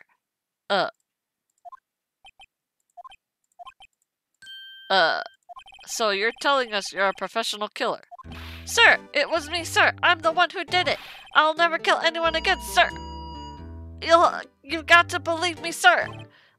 Actually, what we'd like to hear from you is, sir, I'm what you could call part of the younger generation, sir. A person who actions adults can't possibly comprehend. Please, Mr. Edwards, sir, help me, sir. Officer Meekins. Yes, sir. Give us your report of the crime. Consider that in order. Yes, sir, as you wish. After all, I am part of a generation that must be told what to do, sir. You can't fault him for a lack of enthusiasm. Crime report, sir. Although it's not my normal duty, I was assigned to guard the evidence room that day. I spotted a suspicious man on the security screen and rushed into the room. I was only doing what I was trained to do, sir. I was suddenly attacked. I fought for my life. Then I did it. After that, I passed out until another officer smacked me awake. So the victim, Detective Goodman, attacked you?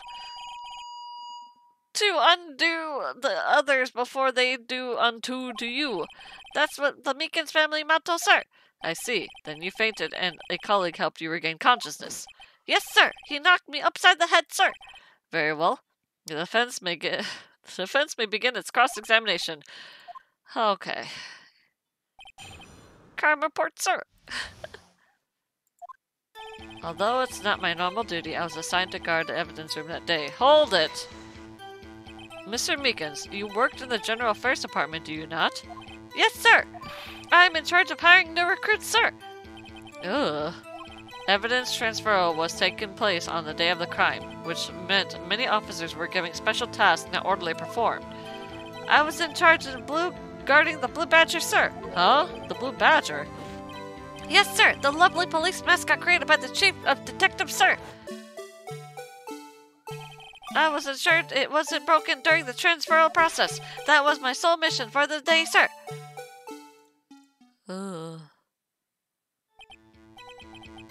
I see. Sounds like a very, important mission. After the award ceremony finished that day, there were so many people running around that I relocated the Blue Badger to the evidence room. Oh, so that's why you went to the evidence room. Tell us, what did you see when you got there? I spotted a suspicious man on the security screen and rushed into the room. Did you see, like... In order to enter the evidence room, you need an ID card, am I correct? Precisely, sir! I have one right here around my neck! So then, your ID number should be listed on here, right? There it is! I found it! It's the one right here! Could you please read us the number? Yes, sir. It's 4989596. That's my number, sir. I see. Huh. But the number 4989596 is shown being used twice? Please explain, witness. It's no mystery, sir. The first time is when I relocated the Blue Badger to the evidence room. And the second time is when I went to go get him after everything settled down. I see. So it was during the second time when... Yes, sir! That was when I spotted the man on the security screen. Okay. Alright then. I was only doing what I was trained to do, sir, and I was suddenly attacked. Okay, hold it. So you were attacked? Can you explain? Please tell us exactly what happened? It was a knife, sir! A knife! Detective Goodman pulled a knife on you. What happened then? Well, with me charging in on him like that, he looked as surprised as I was. That's when I reacted, sir. I swung my arms like an octopus struggling to detain him. That's how I got this gash on my head. Head? Maybe if you just kept your cool, your hand wouldn't be... When I saw the blood trickling down my arm, I panicked. Oh, okay, I guess I said head and not hand. I grabbed the man by his collar. I fought for my life, then I did it. You did what? What exactly do you mean when you said you did it? I know I don't look the type, but I'm really into Kung Fu films, sir. Okay. The man let his guard down for just an instant, so I snatched his knife from him. You took his knife? I spun him around and performed a disarming maneuver. I made sure to close my eyes like a man. I see. Huh? The next thing I knew, his white coat was drenched in a sea of blood, and then the next thing I knew... Yes? He punched me right in my face, sir! Ouch. After that, I passed out until another officer smacked me awake. Hold it. About what time did you regain consciousness? No offense, sir, but how am I supposed to know that? I was unconscious! Oh, right. According to the report from the officer, he just woke up the witness about 5:30. He hit me right in the head, too! I woke up crying in tears of pain! That's nice. I mean, it's nice that you recovered, that is. When I came around, though, I made sure to finish my mission, sir! Your mission? Yes, sir! The Blue Badger, sir! I returned to him to the entrance before things got out of hand! I believe we now have a fairly accurate picture of what happened. Yes, Your Honor. Only one thing remains unclear. What was the man... Was the man this officer murdered really the victim? No. He's got a point. Yes, Officer Meekins? With regard to that, sir. Take a look at this. It was sent to my jail cell. Huh? Chief Gant delivered it to me just this morning, sir. The chief delivered it? What is that? A videotape? Yes, sir. That's absolutely right, sir. A videotape, sir. It contains footage from the security camera in the evidence room. What? But I specifically asked if there was such a tape, and was told it has been mistakenly erased. Erased. That's quite a mistake. I just do what I am told, sir. It's only a good thing I'm really good at. I feel like Gant is really trying to put the blame on Edgeworth. I don't know why, though. Well then, let's have a look. Show us the videotape. Oh, please stop using that word murder, sir. It scares me. Oh, okay. Okay.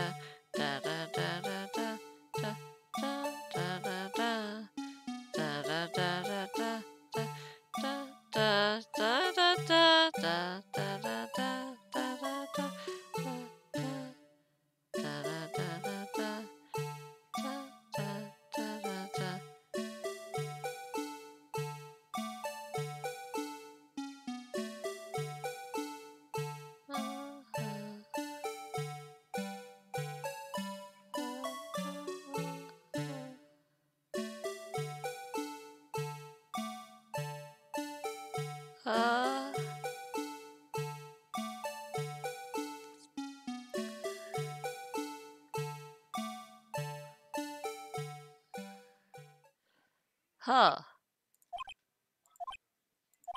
Well, I believe we're all thinking the same thing. How can we deal with these unsettling feelings stirred within us? What the hell was that wriggling piece of plywood? Sir, that's the pride and joy of the entire Criminal Affairs Department, sir. It's the Blue Badger, sir. Why am I not surprised? This isn't going smoothly. Ah, thank you. Cool. Awesome. Yes, well, anyway. This tape seems to prove that the witness did indeed encounter someone in the evidence room and sort of actively did take Your Honor, instead of relying on clearly incomplete footage, the witness's testimony will suffice. Is it all right with you, Officer Meekins? Yes, sir. As you wish, sir. Okay. Mystery Man. His face can't be clearly seen in the video, but there's no question that the other person was Detective Goodman, sir. Huh? I mean, he opened the locker which required Detective Goodman's fingerprint to do. The locker he opened is unquestionably Detective Goodman's locker, sir. So it must be him. No one else could have unlocked it. God, the microphone. What's this about a fingerprint? Each detective has been given a locker equipped with the fingerprint-activated lock. These locks ensure that each locker can only be opened by the detective it belongs to. Intriguing. That would mean the victim at the crime scene would have to been Detective Goodman. Very well. The defense may begin its cross-examination. Okay, here we go.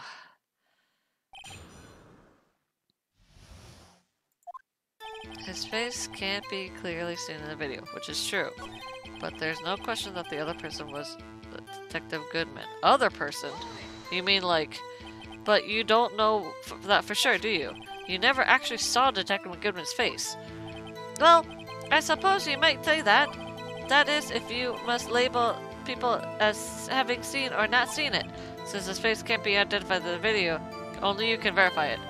Why is everyone looking at me? If I had to label your stares as disturbing or... Meekins.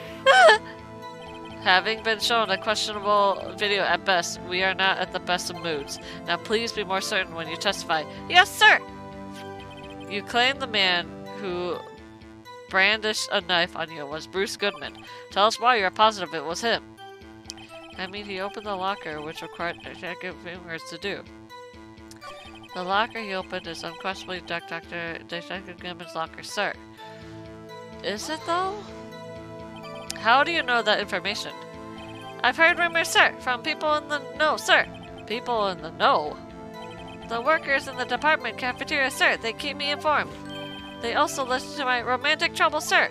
Huh? For the record, the open locker did indeed belong to Detective Goodman. I verified this information through a more reliable resource. So the victim opened the locker in his own fingerprints. So it must be him. No one else could have unlocked it. However, the most important detail is not shown in this video. The man's face. Sir! If I may say something, sir! Please do. After all, you are the one being examined. I don't understand why the man's face is so important in this case, sir. I mean, it was his hand that opened the fingerprint lock. And it was his hand that tried to thrust his knife into my body, sir. My unsettled state can testify enough on this, sir. Yes, you have a point. The footage doesn't lie. That is, unless the defense can find a problem with it. Mr. Wright, let's check the court record again. There's a problem. Regarding the video contained on this tape, there is one thing in particular that seems rather strange. This contradiction leads to the possibility that, man may not have been Detective Goodman. What? This video contains such a contradiction? Interesting.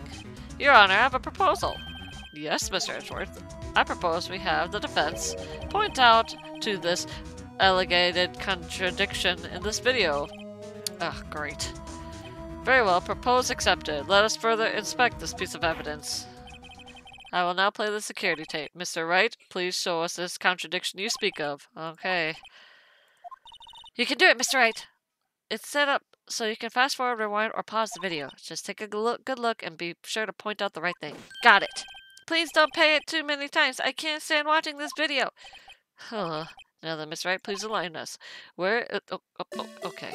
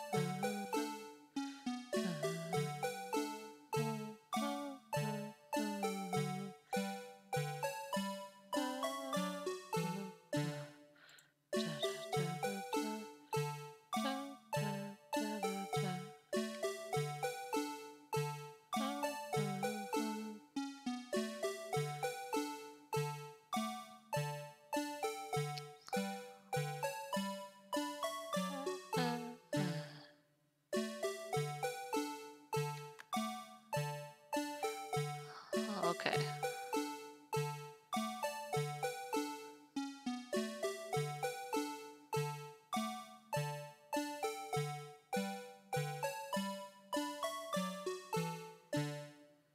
Wait a minute. Wait.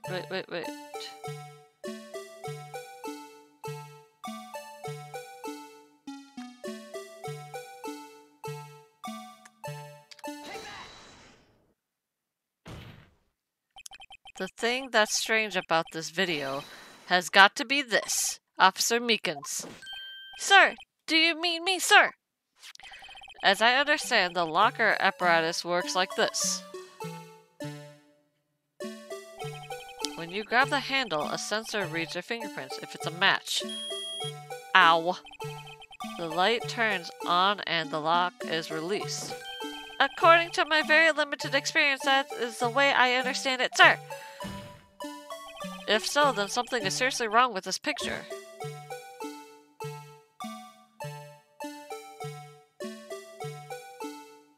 Yeah. If it's locked, why is it glowing? Da da da da da da da da da da da da da da da.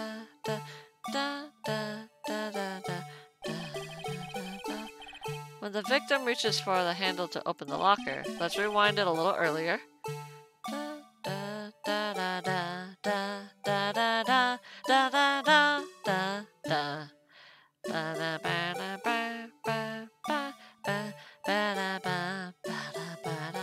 Here, notice the light? What's this? It's already lit. Precisely my point, Your Honor. The locker has already opened. The victim grabbed the handle. Ah! Ah! Bam, bam. Order! What's the meaning of this? It's very simple, Your Honor. The locker wasn't locked on the day of the crime. But the locker locks are controlled by an electronic system. When a door is shut, a sensor is triggered, and the locker is automatically locked. Oh, I know. It must have been broken down. Of course, I'm not an expert in this. That's not likely, Your Honor. The sensor would have detected and reported malfunction. Oh well, it just goes to show novices should keep their mouths shut. So then, Mr. Wright, do you have an explanation? Me, Your Honor? Yes. Why wasn't the locker locked? Well, you see, this isn't exactly my field. What do you think, Miss Scientific Investigator? Huh? Oh, maybe something like jam the system sensor? Something jam the sensor. Say, there's something else that seems out of place in that video. Yeah, I thought so too. Huh? There's got to be another clue somewhere in this footage. Okay, very well. Let's inspect the video once more. The locker wasn't locked. Oh. Okay. Alright, let's take a look at the locker. Okay.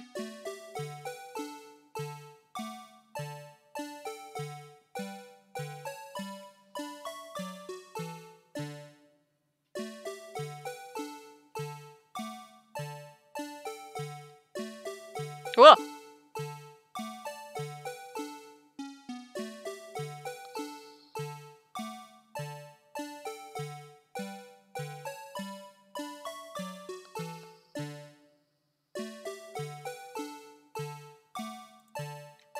Okay, I think I know what it is.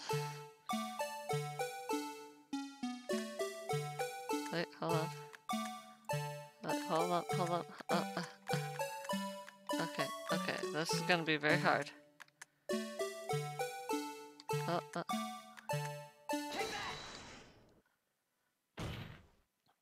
Please watch closely. This is the continuation of the part I showed you earlier. Okay. Okay. It fell, right? Like, what if the glove was jammed, therefore... What's this? Something white fell out of the locker. But sir, it's been my experience that things fall out when doors are open. I often fall out and roll great distance when I open my... We can't be sure the item was completely inside the locker to begin with. What do you mean? The sensor triggers a lock when the door is shut. What if something was inserted, say, between the sensor and the door? Inserted?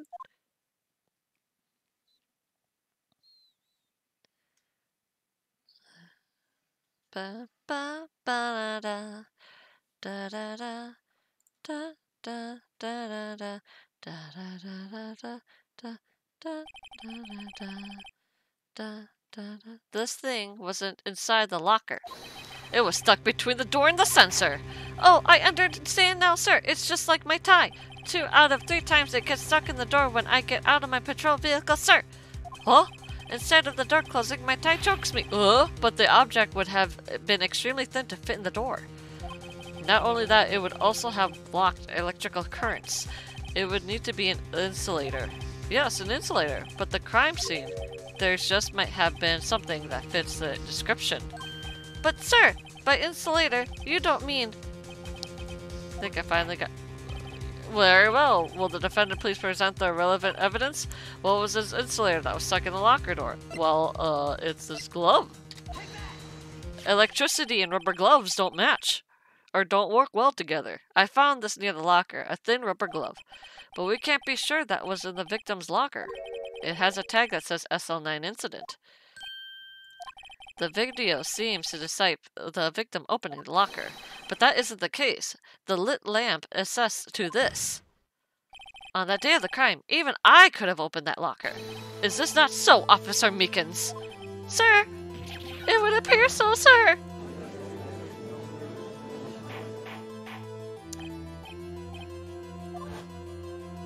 So are we to believe then that the victim, whom this witness stabbed in the evidence room, was not Detective Goodman? Do not be misled, Mr. Honor.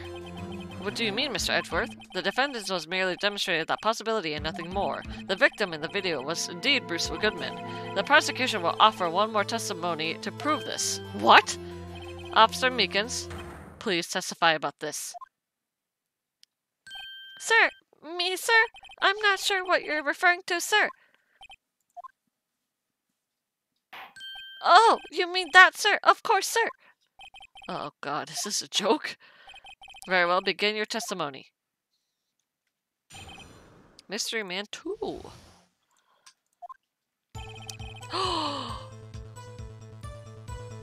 Good music. There's one other thing that proves the man was Detective Goodman, sir. To enter the evidence room, one must use their ID card. When an ID card is used, there's a record of it. At the time of the crime, the detective had used his ID card. Huh. An ID card record, I see. I have the ID card record right here, Your Honor. Huh. Very convenient that you have that. The ID used at 514, is that the victim? Just before the crime, Yes, without a doubt, this is the victim's ID. However, one thing does strike me as unusual. Several hundred cases should have been due for transferal. Why were there so few people using this room? This particular evidence room is only used for storing certain special cases. Special cases? Extremely violent cases involving police staff. Just hearing that makes my hair stand on end! There were only a few cases up for transferal there, and the most were cleared up by noon. Right, I see. Now let's move on to the cross-examination. Okay! Mystery Man 2. There's one other thing that proves Mr. Goodman that the man enter the one must use our ID card. When the ID card is used, there's a record of it. At the time of the crime, the detective had used his ID card.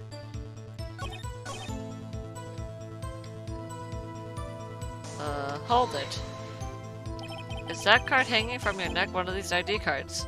Yes, sir. This card right next to my cuff, sir. I keep it here so I won't ever forget it. But what if someone were to steal it from you, keeping it out in the open like that? Maybe I shouldn't wear it around my neck. Remember when I said 2 out of 3 times my tie gets stuck when I get out of my car? Well, the remaining time, it's my ID card that gets stuck. Instead of the door. Okay. At any rate, each police officer has only one ID card, but both the police department and the prosecutor office can attest to this. Please proceed with your testimony. When an ID card is used, there's a record of it. Yes. At the time of the crime, the detective has used his card. Earlier, I believe you testified when you asked the man to show you his ID card. He pulled a knife on you. Yes, sir! He didn't show me any ID card, sir! Don't you think that's odd? I mean, if he had his ID card, all he had to do was show it to you.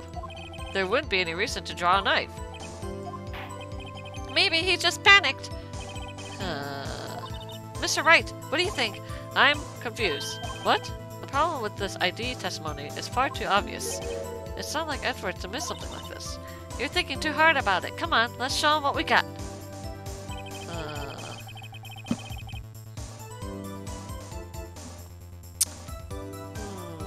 There's one thing. The time of the crime is his ID card.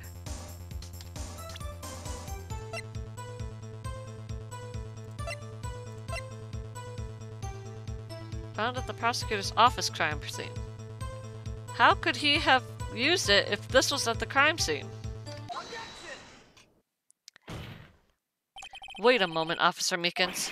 I'm not good at waiting, sir. I have the victim's ID card right here. I found it at the crime scene. That makes sense. No. When I say crime scene, I'm not referring to the evidence room at the police department. I mean the other crime scene. The underground parking lot at the prosecutor's office. Your Honor, I have one more piece of evidence to present. It's a very important clue regarding to the victim's ID card. Lost item report. It's only half completed. But it shows that Detective Goodman has lodged something on the day of the crime. Something important enough to fill out this report. Let me guess. You believe this something is his ID card, right? I can't say for sure, but there is a high possibility. On the day of the crime, Detective Goodman was not carrying his card. So now, what does this all mean?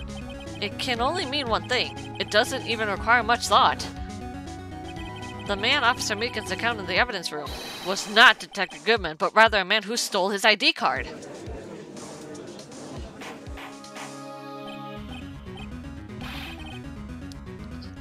Does the prosecutor have a response? I have only one thing to say to the defense. Bravo, Mr. Wright. Oh, okay. What do you mean by that? Bravo? Allow me to summarize the defense's argument. At 5:15 p.m. on the day of the crime, yes, the man in the evidence room Officer Meekins encountered was not Detective Goodman. No, it wasn't. There were two grounds to support this. Okay. First, the locker in the evidence room has already unlocked. Yes. Second, the victim lost his ID card. Yes. Am I correct so far, Mr. Wright? Yes. That being the case, we must inevitably arrive at the single conclusion. If the victim in this video is fake, then the murder in the evidence room is also fake. In other words, the security camera does not show the instant of the murder. Huh? Well, I guess that's right. Is something wrong, Mr. Wright? Only moments ago you seemed content to be pointing your finger around. This isn't going to end well. Well, well. It seems you finally realized exactly what you've gone through such length to prove. Explain yourself, Mr. Edgeworth. Sorry, I was gonna say Wright. The defense has already done the explaining for me. The victim in this video is fake, which means a murder did not take place at the police department at 5:15 on the day of the crime. So the real crime could only take place at one location, the underground parking lot at the prosecutor's office, the murderer being Miss Lana Skye, the defendant. The evidence is compelling. A trustworthy witness. Observe the moment the defendant used a murder weapon. Oh, shit.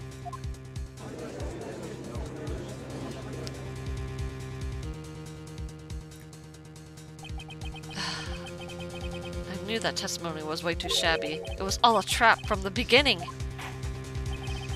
The activity in the evidence room still leaves many questions unanswered.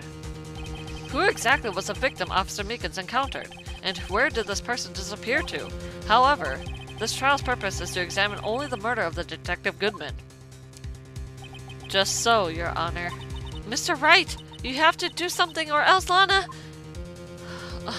What do I do? How am I supposed to get myself out of this mess? Dude, Object?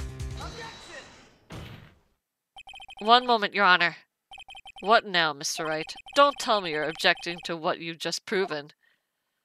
Of course not. But I almost walked right into the prosecution's trap. What are you talking about?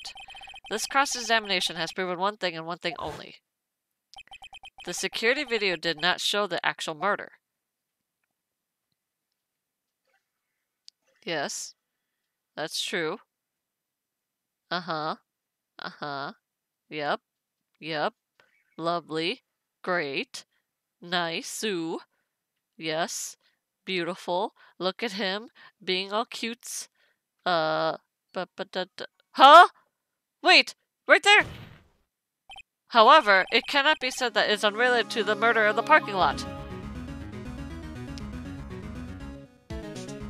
Specifically, a large amount of blood traces were found in the evidence room. The defense demands further examination into the truth of that matter. Mr. Edgeworth. Yes, Your Honor. If this court were to examine this further, other witnesses will be necessary.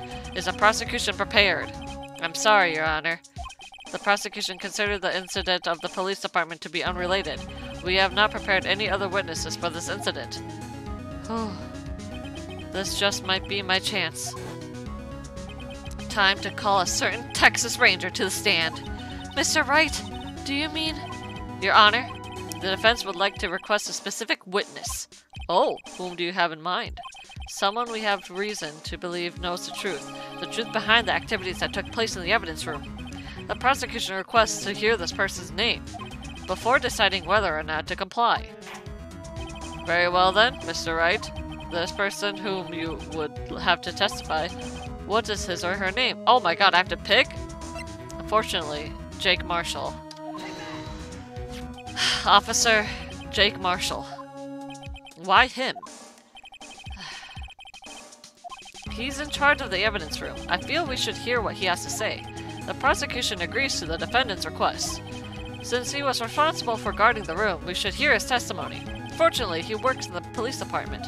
We shouldn't need longer than 20 minutes to prepare. Very well. The court will take a 30-minute recess while the witness is What? Will the prosecution please prepare the witness during this time? We will, Your Honor. Court is now in recess. Oh my god. Lana!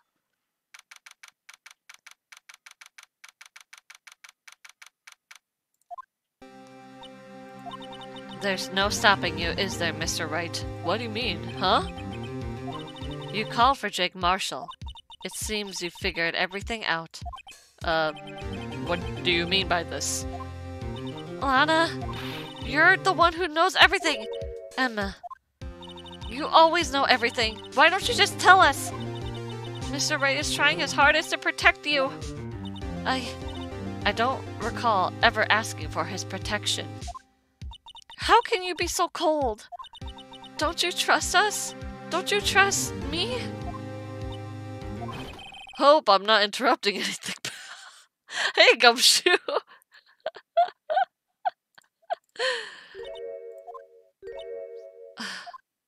Oh, guess I am. I'll come back later.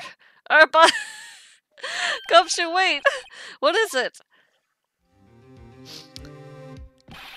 You've got a lot of nerve, pal, making a detective run around on duty. On top of it all, you call me here. I've seen happier people at funerals. Sorry, detective. You better be, pal. Hey! Hey! Hey! Hey! Hey! I didn't see you there, Chief Prosecutor Skye. Oh my god. That's okay. So, have you brought what I asked?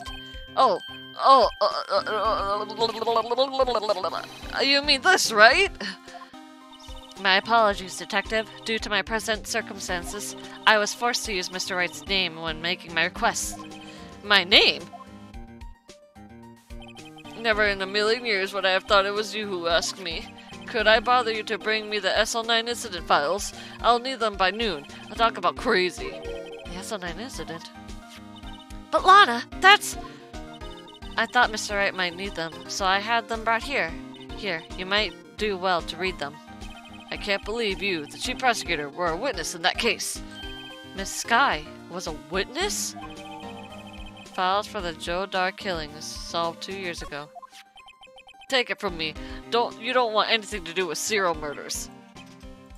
Oh, what? Now that I brought you your stuff, you're gonna just ignore me? Emma? But why? Why is your name in here? What? My name's in there? I don't know. Unless... No, it could be. Lana! This SL9 incident, is that... That's the classification number the police filed it under. 2 years ago, the rest of the world knew it was as the Joe Dark killings. The Joe Dark... No! No, Lana! That's over with! No! Emma, wait! You know what? I just remembered. I gotta be somewhere. Sorry, pal. I'm out of here. Okay, bye! Jake Marshall, Angel Star, Damon Gant, Miles Esworth. Not to mention Lana and Emma. Everyone involved in this case is connected to those killings 2 years ago. This can't be just a coincidence. Knowing you, you just might be able to figure it out. Time to get you back into the trial, Mr. Wright. Best of luck. Okay, to be continued.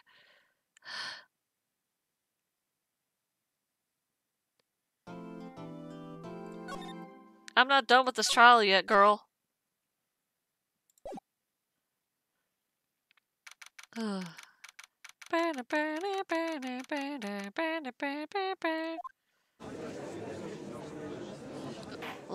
Emma's not here with me. The court will now reconvene the trial of Miss Lana Skye. Emma didn't come back. Allow me to call the next witness to the stand. The officer in charge of guarding the evidence room on the day of the crime. Here we go. Witness, please state your name and occupation. Me, partner? Oh, I'm just a man, same as you, wandering the trails of civilization. Occasionally helping the elderly cross intersections when needed. Yes, we get it. Oh, I know, you're a patrolman. As for my name, if you listen hard enough, you can hear the wind howling, calling it out. To be exact, it's Jake Marshall, Your Honor. Howling wind? Ugh. Now, Mr. Marshall, let me ask you something. You were in charge of guarding the evidence room that day of the crime took place. Is that correct? According to the papers, partner. What do you mean? A desperado soul is as boundless as the desert sands. No paper can sum it up. Maybe it's best we get on with this quickly. Please share with us your testimony on the day of the crime. In plain old English! Dang. My job was to keep a wary eye on that born orchard. They said I was supposed to make rounds 3 times a day, but that ain't my style. Besides, the room was protected by 2 security systems anyway. If I remember right, I was at the street side saloon at the time it went down. I'm just an innocent traveling man, so if you're out of ammo, it's time I hit the trail. Huh? I can't say I particularly like your attitude. I can't say I care about your beard, but you don't see me complaining. Jesus! Wait a minute. What do you mean by 2 security systems? I mean the security cameras and the ID card reader. I reckon even a cowpoke like you knows about those. Well, yes, well, what about the fingerprints-activated locks on the evidence lockers? Fingerprints-activated locks? What kind of newfangled doohickeys are those? Huh? He's not very good with his machines, or with following orders. Everyone's got their weaknesses now, don't they, Mr. Prosecutor? This one seems like trouble. Okay, Mr. Wright, he's all yours. Thanks. Day of the crime. Okay. My job was to keep a wary eye on that born orchard. They said I was supposed to make rounds 3 times a day, but that ain't my style. Besides, the room's protected by 2 security systems anyway. If I remember right, I was at the street side at the time it went down. I'm just an innocent traveling man, so if you're out of ammo, it's time to hit the trail. Well, I'm not out of ammo because I have, I have this. Officer Marshall, doesn't it strike you as odd? That is, you being called to testify in like this? After all, you weren't in the security room at the time of the crime. And yet you dragged me down here. Explain yourself, partner. It's quite simple. You left a very large trail behind at the scene. Or to be exact, a handprint. Listen real good, partner. Like I said, I'm a caretaker of that crypt. I pay my respects, that is, make my rounds about once a month. It's only natural my fingerprints would be in there. I only wish it were, officer. But you see, your fingerprints were covered in blood. Witness, what's the meaning of this? Your blood-stained fingerprints were at the crime scene? The blood was wiped away. However, the luminal test clarify revealed this. Well, Officer Marshall, it seems to me there ain't a person in this room with a head on his shoulders. I take it you have an explanation then, Officer Marshall, about the blood-stained fingerprints? Very well, you may begin your testimony about the fingerprints found at the scene of the crime.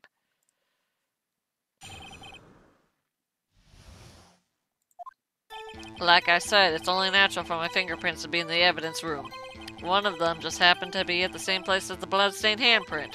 The murderer touched the locker with the murderer touched the locker where my fingerprints was by chance. The bloodstain and the fingerprints are completely unrelated. Or didn't you know the murderer was wearing gloves? See, I had nothing to do with it.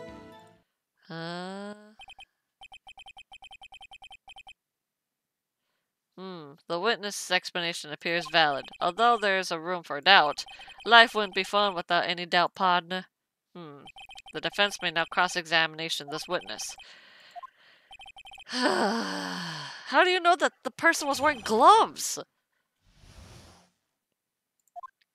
Like I said, it's only natural for my fingerprints to be in the evidence room.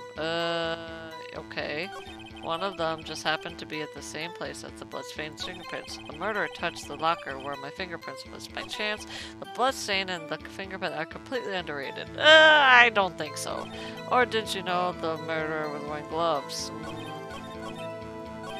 Like I said, it's only natural. Is it though? Aren't you?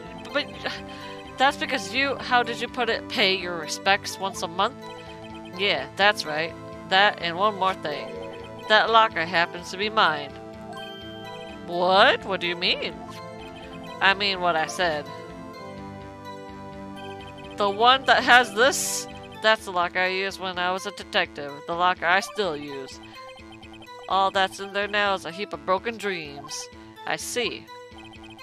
It'd be strange if my prints weren't all over that locker. Apparently his fingerprints data was never removed from the locker's programming. He must have been using the fingerprints lock all this time without ever knowing it. Found on a bloody handprint on Marshall's own locker. The prints had been wiped. What? Why would you wipe your prints on your locker? One of them just happened to be at the same place as the bloodstained handprint. You sure? So then, what about the bloody handprint? Wasn't mine. It's no mystery. Huh? Please explain. My locker is covered with my fingerprints. Sorry, I have to lean back. It just so happened the murderer touched the locker with my fingerprints by chance. The chances of that happening are 1,000,000 to 1. Well, on the contrary, one could argue just the opposite. The chances of that not happening are 1,000,000 to 1. Get one thing straight, partner. You ain't getting no reward from me with a mere fingerprint. You wanna know why? Why? The bloodstain and the fingerprints are completely underrated. I don't think so. Unrelated? They're as different as night and day. Kinda like cereal and cereal. One's got to do with breakfast while the other type's a murderer. Oh, you're playing the best series to ever exist in the world. Hey, Badger! Yeah! This is my first, I haven't, how do I put this? I played Phoenix Wright, but I've only finished Trial 2, so Rise of the Ashes is completely new to me, so no spoilers, thank you. I will say this, I ship Wright and Edgeworth. That's all I have to say. He's right, although seemingly alike, they're totally different. Huh. Or didn't you know that the murderer was wearing gloves? How did you know that, though? How do you know? Yeah, how do you know that? I may be a loner, but I still do my job. I keep up on the reports. Huh? But you are a security person! Okay. There was a blood stain at the scene, though. There was a blood stain at the scene, thought to be left by a murderer. That's right. It was found on Detective Gumshoe's locker. However, no fingerprints were detected on that handprint.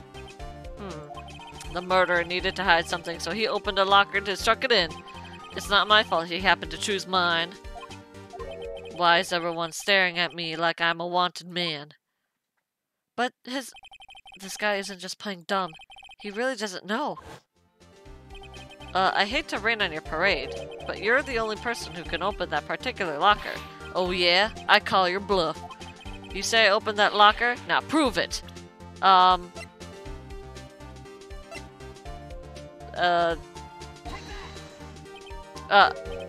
fingerprint sensor? Yes. We talked about this earlier today. The lockers can only be opened by the detective they belong to. What kind of crazy talk is this? Well, he didn't know! In any case, the locks aren't that obvious. There are even some people on the force that don't know about the fingerprint locks. So, Sheriff, what do you have to say in 8 words or less?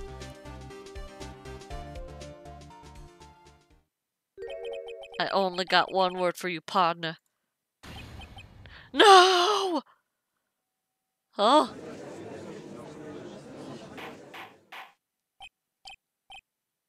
Witness, explain yourself. If this is a joke, it's the worst I've ever heard. I assure you this is no joke, Officer Marshall. Now then, please tell us what were you doing in the evidence room at the time of the crime? Ole, please answer the question. What is he now, a bullfighter?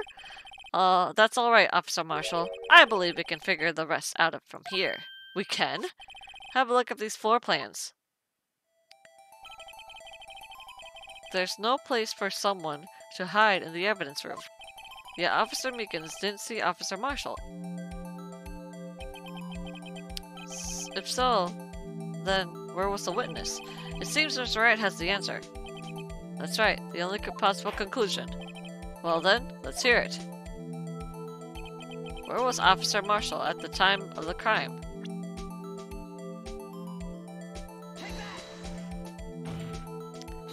Officer Marshall was standing right here.